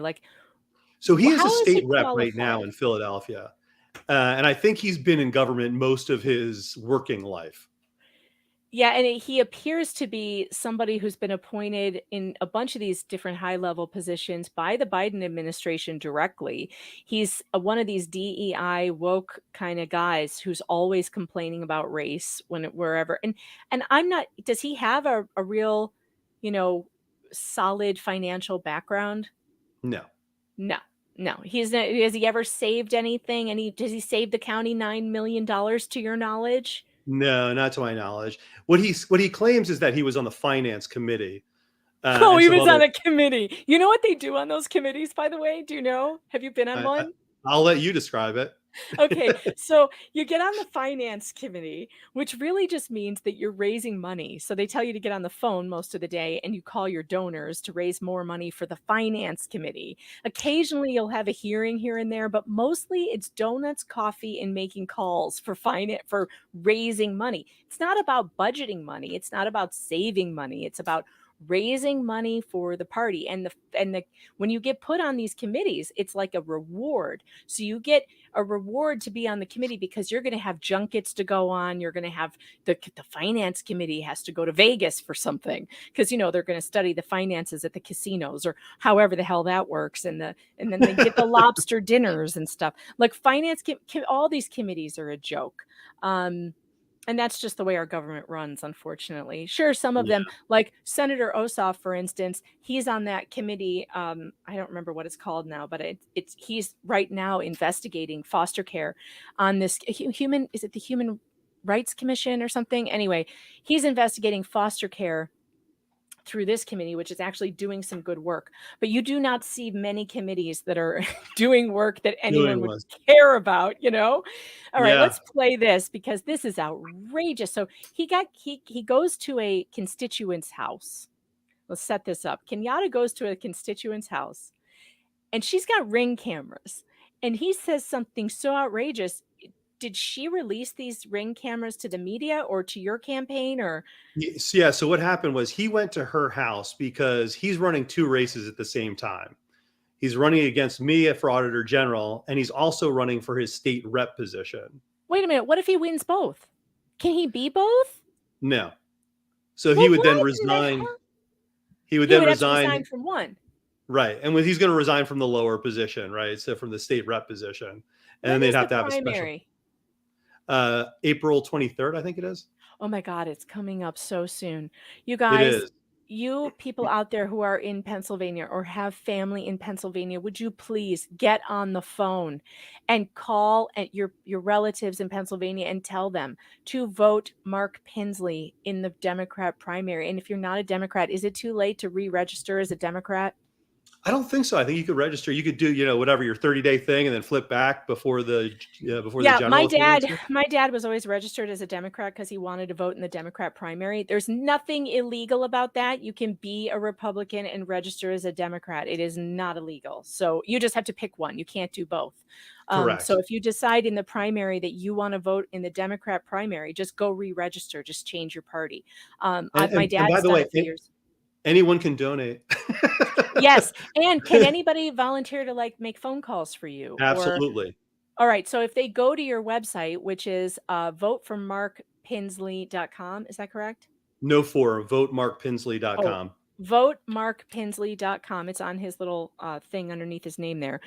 I will drop that in the chat as well. But let's play this because and Mark needs help. I can't believe that this is the guy they picked over you. I'm sorry. Yeah.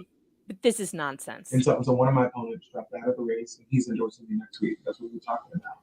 And then the other opponent, is staying in the race, but he's just being a big racist. He's saying that people shouldn't vote for me because I'm black, and so I don't think that's. Well, what about him? And so one of.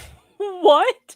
I'm sorry, sir. Can you give us the evidence of that? Is there any evidence of Mark Pinsley ever saying this is insane, Mark?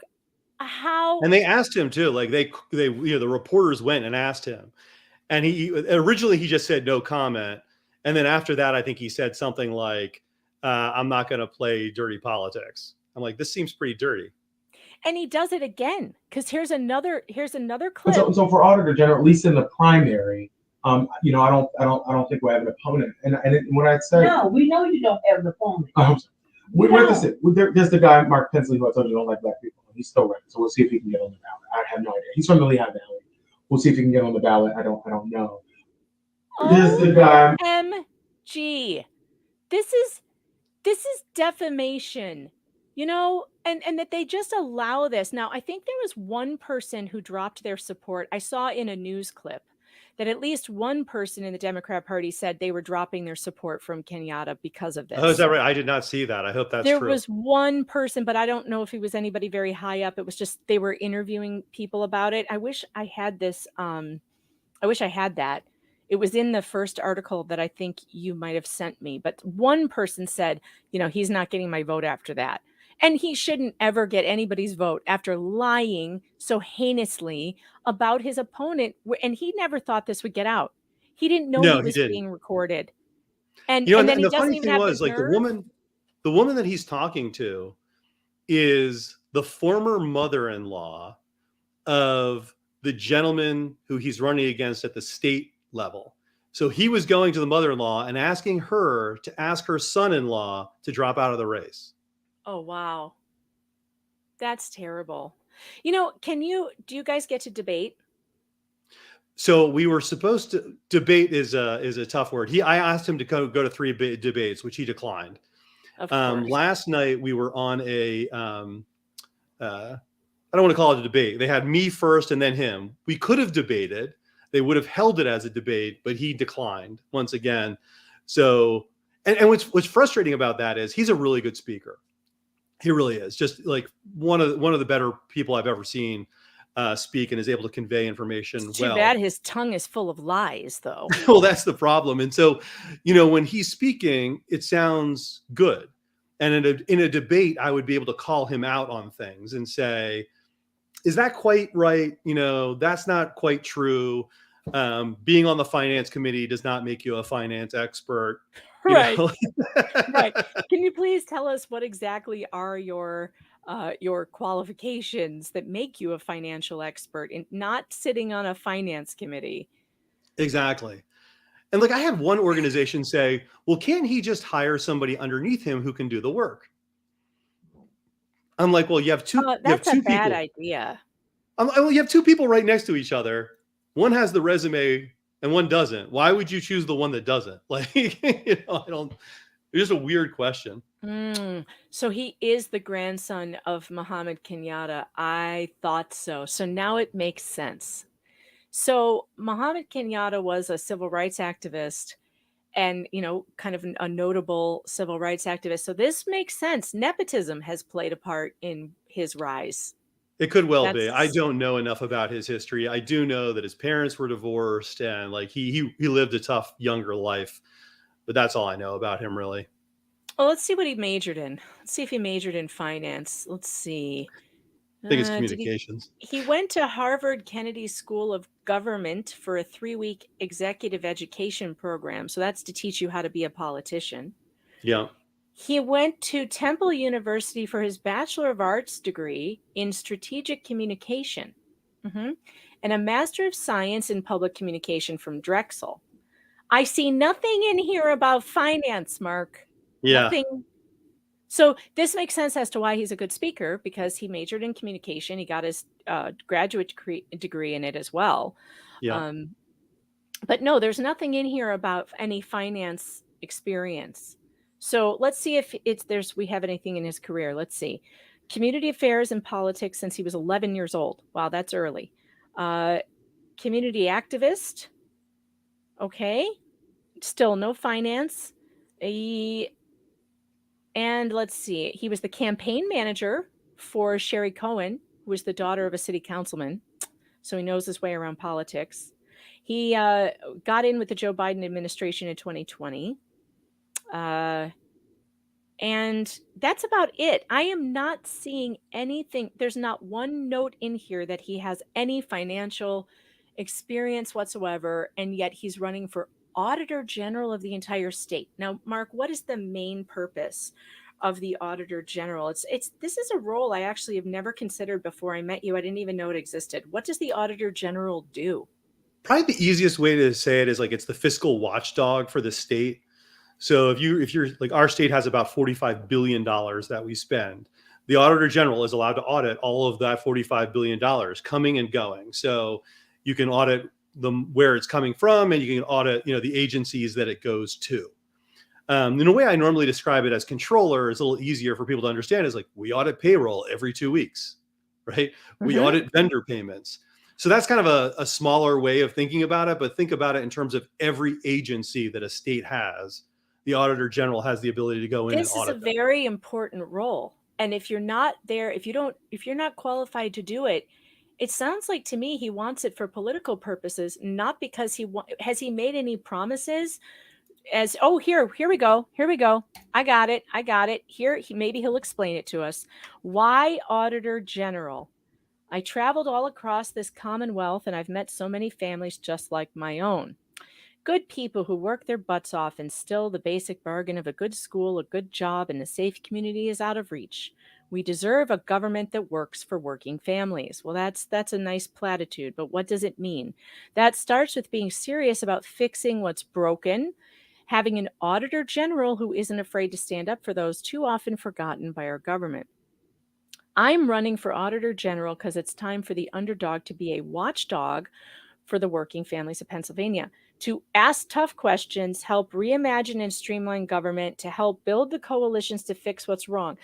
All three of those things say nothing. Do you see how this is not specific in any way? Like, as auditor, okay, here's a promise. Let's see, maybe we're going to get better. As Auditor General, I will rebuild the Bureau of School Audits, restart the annual compliance audits ended by the current Auditor General, and demand accountability for our schools. So is there a problem with the school audits that you know of, Mark? Yeah, so they were taken away. So the current Auditor General stopped the school audits, which I do believe was a mistake. But to be fair, even if you bring them back, it's not making any changes to our school system, right? It's just stopping people. It's like, so we audit, for example, we audit cash boxes of all the judges, right? The judges all have cash boxes because they collect fines and fees. They do? You audit them. They have cash boxes, the judges? Yep. Hey, how often do you find them skimming off the top? Never. Never? Oh, that's good. And you know the reason why? Because we audit. And they know we're coming. Because they know you're coming. Right. And so it's the school audits. Do you walk in on a surprise audit and they're like, Your Honor, let me have your cash box? Basically, yeah, it's usually their employee, but yep, that's exactly what happens. Do you have to do it? Do you do it yourself? Do you go marching over the courthouse? I have gone with my employees to do it. Typically it's one of the. Oh my God, I want to go along with you and film that. That would be so fun. We should do it. Yeah, that'd be fun. We should do it. I'll go on a ride along with the auditor. Oh. So the school audits are kind of the same thing, right? Like you're just making sure that they're spending it the way they said they would spend it. It's not like, so what I would do, for example, is I would take a look at, the courts have already said that we're underfunding. Pennsylvania is underfunding our schools by $6.2 billion, right? So that's a lot of money. And what I would do is go in and say, okay, well, let's see what the economic impact of that is. What is the financial impact of that? So here are some examples. If somebody isn't reading by the 3rd grade at grade level, there is a known cost to society around that. First, in continuing to help them try and read, or when you look at the prison system, you will find many of them are unable to read at a 3rd grade level. Wow. So if we focus money on pre-3rd grade, we could save the state a lot of money. And I could quantify that. That's what I would do. Like I would quantify. You have so many good ideas. You also have a lot of ideas that you and I have talked about as far as criminal justice goes. We agree on so much there, as far as, what our prisons are like. And this is really similar to what you're looking into with these false allegations and the false, these people who have been falsely accused of child abuse. It goes hand in hand with the criminal justice system.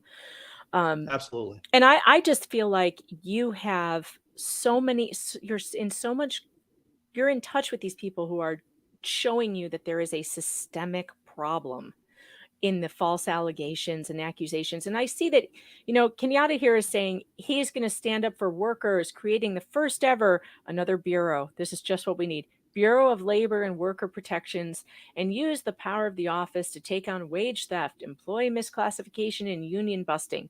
This is what unions are for, though. I know Pennsylvania has a strong union presence. There is no need for a Bureau of Labor and Worker Protections that I know of that I would think would be don't you already have that? We do. So here's actually the problem. So he's coming at it differently than I would. So I believe that there should be a hotline, not just for unions, but for ordinary people. So in Pennsylvania, isn't there already one available? Yeah. So let me get to it. Right. So in Pennsylvania, 30% of the population make less than $33,000. Right. And so those are restaurant workers, healthcare workers, cashiers, things like that. Those are the most common workers that have their wages stolen from them, right? So for example, you'll work 50 hours rather than 40 hours and you won't get paid overtime. You'll be asked to clock out and asked to continue doing I got stolen from it my last waiting job. Did you really? I believe it. I found out that I was paid less than minimum wage. All of us were. And if I want to do anything about it, I have to go to the state agency, and report it. And it's a whole thing. It's a whole, and who wants to do that? That's exactly it. Right. And so people for like 40 cents an hour, I got cheated 40 cents an hour. Like at some point I'm like, who cares? But I do care. And I care. Or you don't want to, or you don't want to lose your job. Right. Because you need it. You're a single mom. You're doing whatever you're doing. You can't afford to fight with your boss. And if you go to, in our case, it would be the Department of Labor, where you would issue your complaint. Now, the problem is there's only 26 people that are in charge of all 67 counties for wage theft. So the report I would write is we're underfunding the Department of Labor if this is something we care about. And by the way, that wage theft comes out of taxpayers' pockets, right? We're not collecting taxes on those wages that are being stolen. And I think I could prove that it's worth hiring whatever the number is. Maybe it's another 5, maybe it's another 10 people to analyze wage theft so that we would be able to bring in, more tax dollars and get people paid. It's like a win-win. Yeah, I just think that Mark is way more qualified than Mr. Kenyatta, who to me seems like he's where he should be. If he wants to be, he's got his ideas for improving people's lives, and if they elected him to be a representative, I think he should stay there, and I think he should not start go, I don't think he should stick his nose into the financial side when you have someone so much more qualified who is in a position to really. Mark's got great ideas that includes, for the very first time, helping families who are being attacked every day by child abuse pediatricians and accusing them of heinous crimes. Someone has to stop it. And here's a guy who's saying, I want to. You're the first one, Mark. You're the first person. This is why I endorse heartily Mark Pinsley for Auditor General of Pennsylvania. And for anything you want to do, Mark, you've got my backing. You've got my support. And you guys out there, go to votemarkpinsley.com. Help him make phone calls. It doesn't matter where you live. You can help his campaign, make phone calls for him. Call his office today. Send them an email. Sign up for something.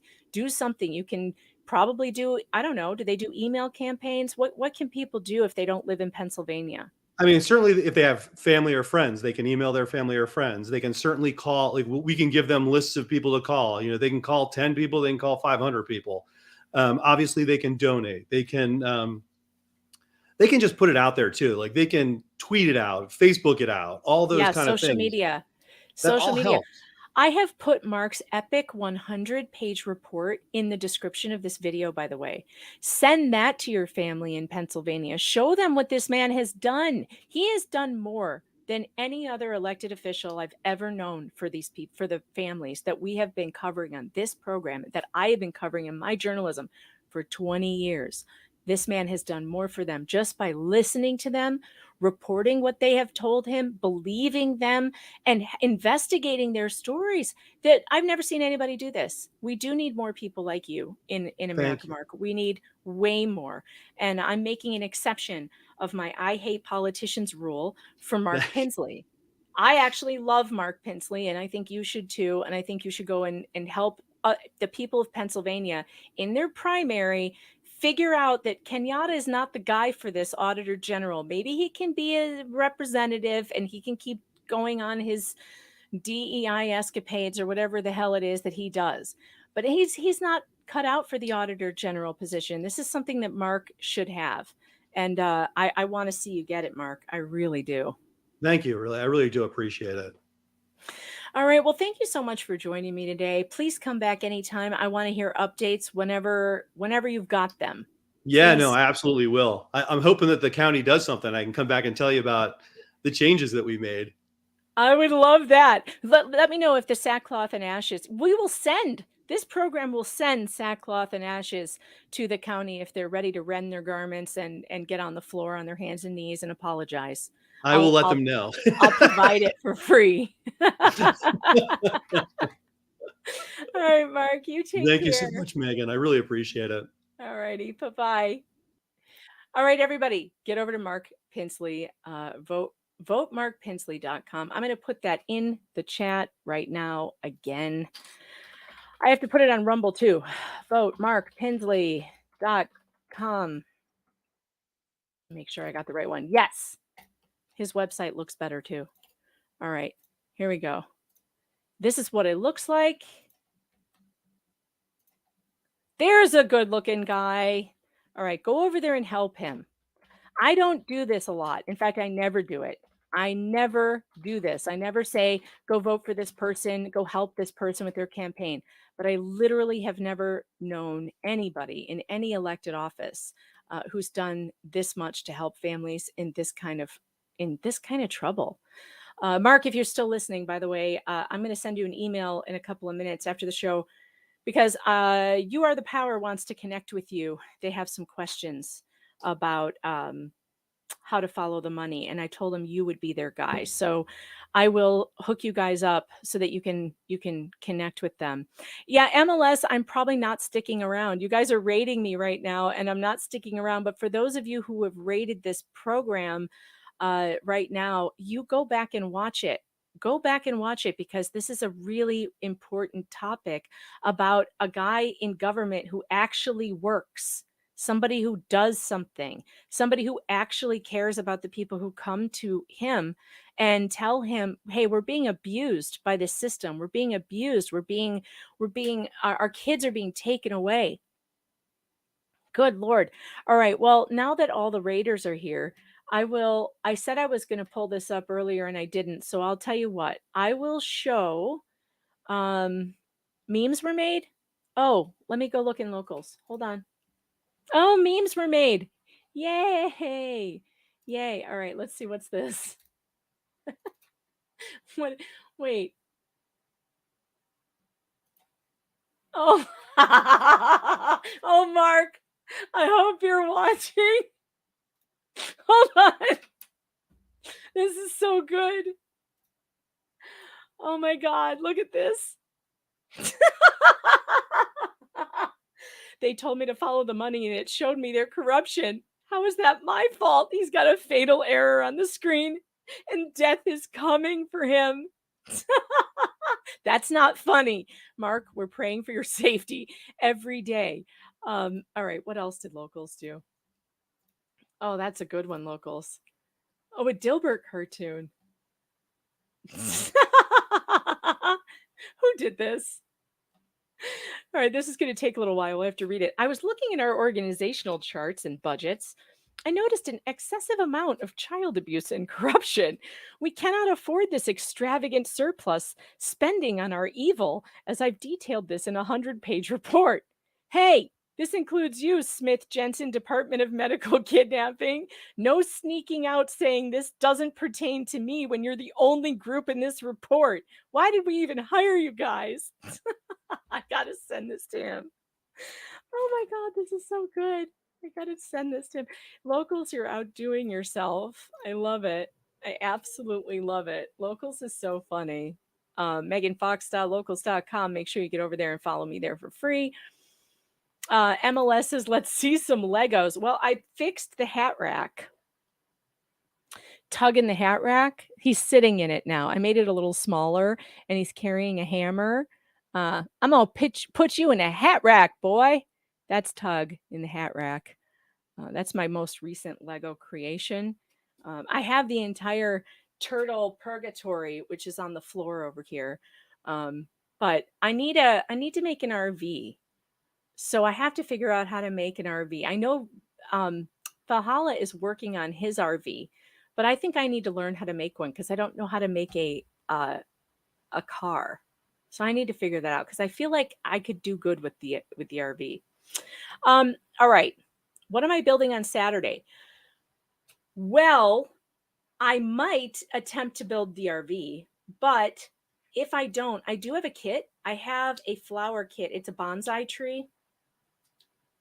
So I may do that. Although I really like free building better than the kits. I feel like I just have more, I don't know. I like using my imagination, but I like the kits because they teach me how to put stuff together. So I don't know. I don't know what I'm going to do. Or I have this Main Street kit that I already put together, but it's a 3-in-1 and I haven't done the other 2 buildings. And that one's pretty advanced. Like it's a lot of pieces. So I might do that. I might tear it down and then do one of the other buildings. I don't know. I have to decide by Saturday. I'll have the whole of Otter Creek by summer. All right, speaking of Otter Creek, let's talk about Otter Creek. Tug and I are going to be on my channel tonight, but we're going to wait until Jeremy's done with his live stream. I need to find out from him when he's going to end tonight. Let's see. What time is Jeremy ending stream tonight? Tug and I are doing a Jokalist stream.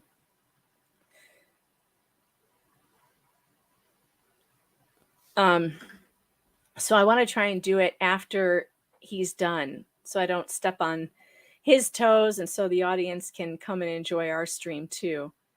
I know he starts at 5:30, I think, my time, but I want to know how long he's going to go. Tug and I normally stream at 7 p.m. my time, Eastern time. Tug is such a cool dude. He's going to be premiering, I think, his new song that he wrote tonight on my show. I think he's going to premiere it. It's hysterical.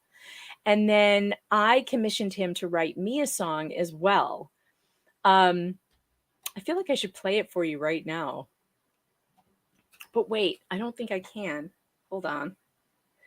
Wait, yes, I can. I have to send it to my, I don't have a video for it yet though. Are any of you video vixens out there? Can you make videos easily?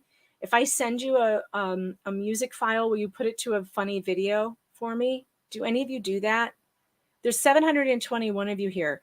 Can somebody make me a video that's funny? Hold on. Using like clips and stuff from the show. Oh, he's streaming the Otter Creek Town Hall meeting. I gotcha. Okay. I didn't know that was happening tonight. Maybe we should stream snipe him. Should we stream snipe the Otter Creek meeting? All right, hold on. How do I do this? I have to, I do want to play the song that Tug wrote. I commissioned him to do it. Let's see. All right, how do I do this?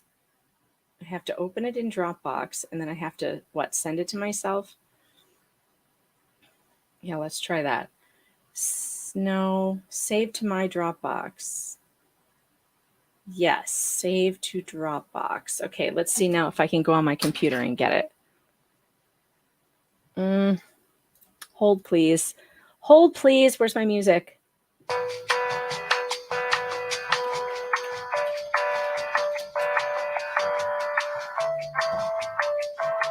There it is. Yay, it worked. All right, are you guys ready for this? I've been promising to make my intro longer, and it's finally happening. Are you ready? This is the new song. New song by Tug. Nigga, I'm smart, dropping bombs on your news. Might drop their alarms, now they press snooze. Mainstream spinning, but I won't play that game. A nuclear flow, turning it to a motivational flame. Megan Fox crushing all the talking heads as they spoon feed their paid piggies. Gotta keep them misled with blazing Lego vision. I see all the signs, exposed the agenda. Miss these epic rhymes. Intellectual assault on the mainstream. Not in the current of the mainstream. Medium small will never be silenced. They want best men fighting appliance. It's intellectual assault on the mainstream. Never ride in the current of the lame stream. Bro, I can burn water, but I'm spitting facts. Top shelves, sorting mass stacks, reporting news, and not like you make it. I'm award winning, and I don't have to fake it. Okay, that's the best ever. That verse right there. He's such a genius. Sure, I can burn water, but I'm spitting facts. Top shelf, sorting mad stacks. Thank you, Jokalist, for the top shelf. Reporting news and not like you make it. I'm award winning and I don't have to fake it. You are fake news. Tug wrote this. Like, he wrote these lyrics. I'm dying. The fake it. No. Sexual assault on the mainstream. Never ride in the current of the lame stream. Bro, I can burn water, but I'm spitting facts. Top shelf, sorting mass stacks, reporting news, and not like you make it. I'm award winning, and I don't have to fake it. Megan Fox, an authentic voice, giving the masses a hard-hitting choice. That umbrella guy, hammering his song, while Megan Fox writes those wrongs. Hammering. He wrote hammering, but AI changed it to hammering. Tug hammering the song. My God, I love it. Now we hit the end of this tune. Declaring war, it isn't even new. Making dinner and still dropping rhymes like granite. In my area code, please, you're not even on my planet. Yeah, you're outclassed and you never knew. By the time I press and your lies are through, breaking stories while you're chasing hunches. I'm a news titan, never pulling punches. Never pulling punches. No, I'm never punches. I'm never pulling punches on the main never gonna leave the street. I love it. Don't you love it? I love it. I think it's so funny. Hilarious. So I need a video. Who's going to help me with the video? I saw one of you. So you want to see this like really creepy video that I started making with AI? Oh my God, it's so bad. It's so bad. Guys, it's so bad. I lost 100 of you. Was it the music? Was it something I said? Let's see. It's your fault you got dumped in here at the end of the show. All right, so I tried. This is so funny. I tried making an AI video with just like funny foxes. And it's so weird, you guys. It's so, this is what AI does. I'm cracking up at this. This was supposed to be a fox dancing in a newsroom. Look at it, he has 5 legs. Look at this weird club scene. Does that woman have a breast underneath an arm? Look, it's a fox cooking.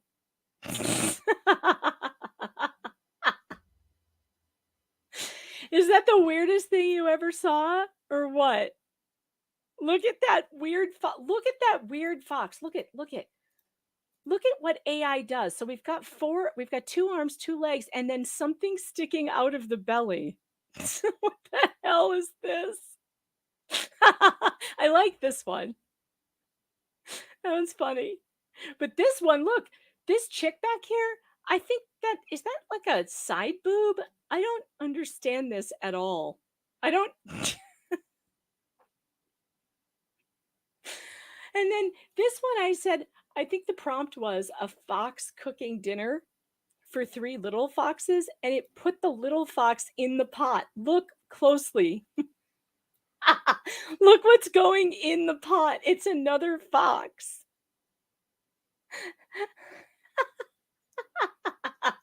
So weird. You think that's his tail in front? Well, where's it coming from? That's another foot. I don't think that's a tail. It's a fox in a newsroom. It's so weird. AI is so strange. But that's as far as I got because I ran out of credits, so I can't do it for free. If I can't do it for free, I don't do it. That's my motto. All right, who's going to help me save this? Who's going to help me? Here's my email address. Here, someone who has some skills needs to help me because I want to debut it tonight. Wait, where's my email address? Here it is. Where is it? I have too many banners. I can't find the one with my email address on it. meganfox.writer@protonmail.com. There it is.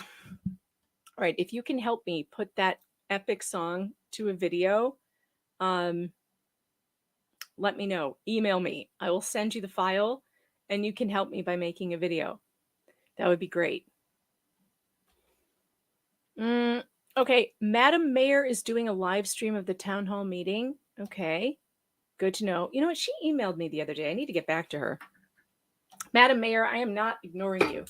I literally just forgot that you emailed me. So it starts at what time? Eastern, 7 o'clock Eastern? Huh. Does anything good happen at these meetings, or would I be bored? You think it's his tail curled under his arm? I don't think so. I think it's weird AI with a limb coming out of his belly.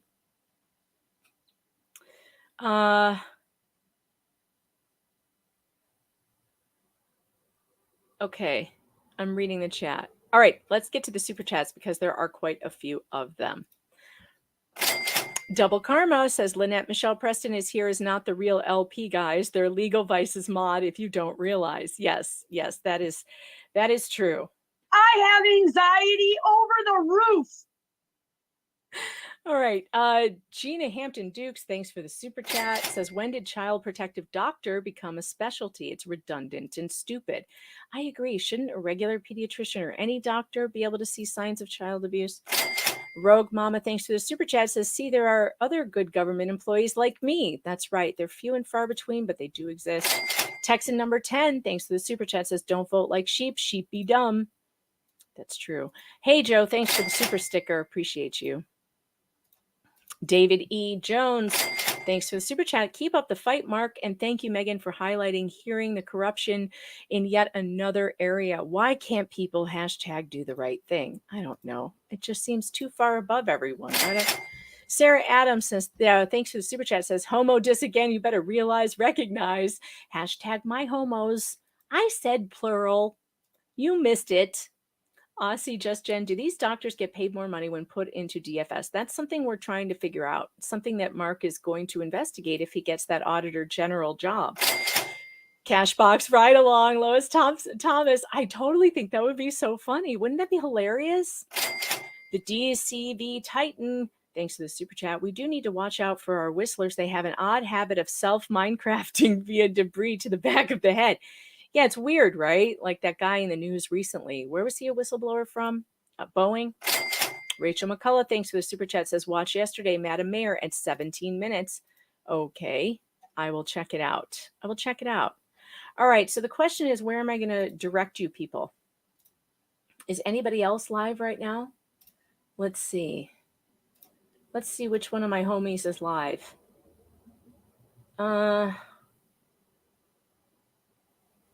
Broken Baker has an upcoming Karen Reed hearing, but I don't know what time. He's not live currently. Everybody else is like upcoming. Nobody is live that I know of. None of my friends are live. Nobody I recognize.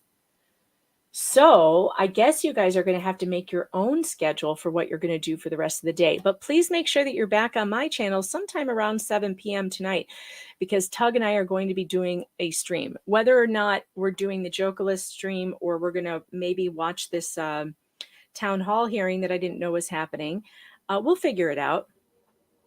We'll figure it out.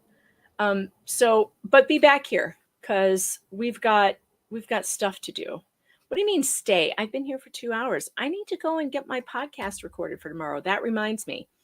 Make sure you go to Fox Den Daily. Follow on all your podcasting platforms, Apple Podcasts, Spotify. I've got a new episode up there today, a brand new episode. If you're not done with me yet, then go listen to Fox Den Daily, because I have a podcast. It's like a 25 to 30 minute podcast every day, giving you all the latest updates on what's going on in LawTube. And I will drop it in the chat. Where's Rumble? Thank you, Nick Likes the Soup, for dropping Mark's website in Rumble. I appreciate you. Yeah, my latest episode is called Child Abuse Pediatricians Gone Wild, where I have some highlights from yesterday's show, and then also I think Joe Corcoran show too as well, the one with Spike Cohen. If you guys have missed that, you definitely need to check it out. Here is the podcast, clickety click, Fox Den Daily. And I gotta go get some more stories for that. If you want to help me out with podcast stories, because I could always use help on what you are watching, make sure you're following me at meganfox.locals.com. It's free to follow me. It's free to just hang out over there. And I think you can still post stuff on my wall, send me messages, whatever. If you want to subscribe, use promo code Tonsil Twins, all caps, for a discount for 2 free months. And we should have Broken Bakers at 2. Well, I guess I'll just redirect you over there. I don't know what will happen. It'll just at least it'll give you the link. Let's see. Yeah, he's going to be doing, and then tomorrow Broken Baker's going to be here, and we're going to get updated on the Karen Reed case. I really want to learn about that case and find out what's happening there. So he's going to be here at 11. But tonight it'll be me and Tug, and then yeah, with some more what the hell stuff. So spread the word. That's what we're going to be doing on this channel later tonight. Okay, that's it for me. I've got to go and get my podcast recorded for tomorrow. So catch me over on Locals, meganfox.locals.com. I might do a cooking stream today. You never know. You always want to be paying attention to what's going on over at Locals. Last night I made ossobuco. It was pretty good. I don't know what I'm making tonight though. We'll have to see. Come hang out on Locals and find out. Later.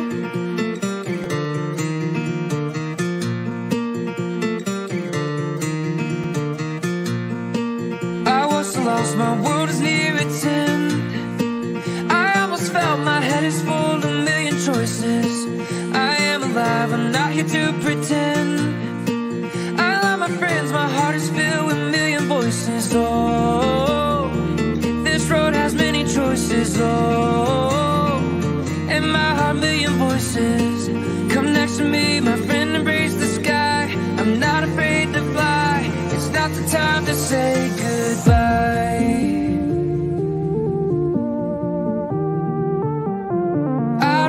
Say goodbye. No, I don't wanna say.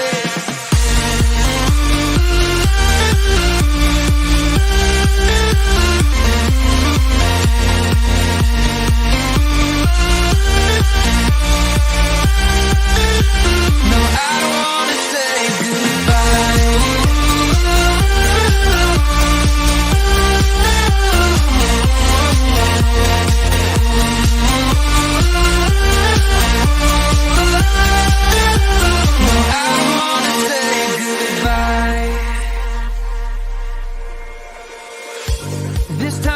My road is near its end. I almost felt my head is full of a million choices. I am alive, I'm not here to pretend. I love my friends, my heart is filled with a million voices. Oh, this road has many choices. And my heart, million voices. Come next to me, my friend, embrace the sky. I'm not afraid to fly. It's not the time to say goodbye. I don't wanna say goodbye. No, I don't wanna say.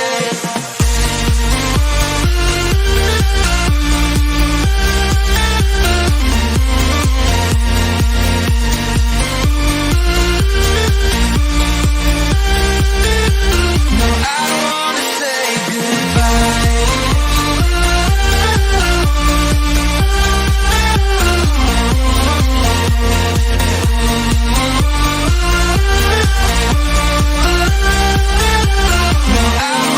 say goodbye. So I take it that Johnny's problem is he should have come storming in there with a string of garlic and some holy water. And a cross, a crucifixion. May the power of Christ compel you. No, I don't. You realized his house was infested with succubuses. Of what it, yes. Succuloters. When you arrived in the afternoon. I don't remember saying it now. So while she No wonder he said drown her before you burn her. Oh my God. Your next witness? Now I know why you wanted to drown her. Laces. And that is Witness also lives in by Romania. video. Is that correct? That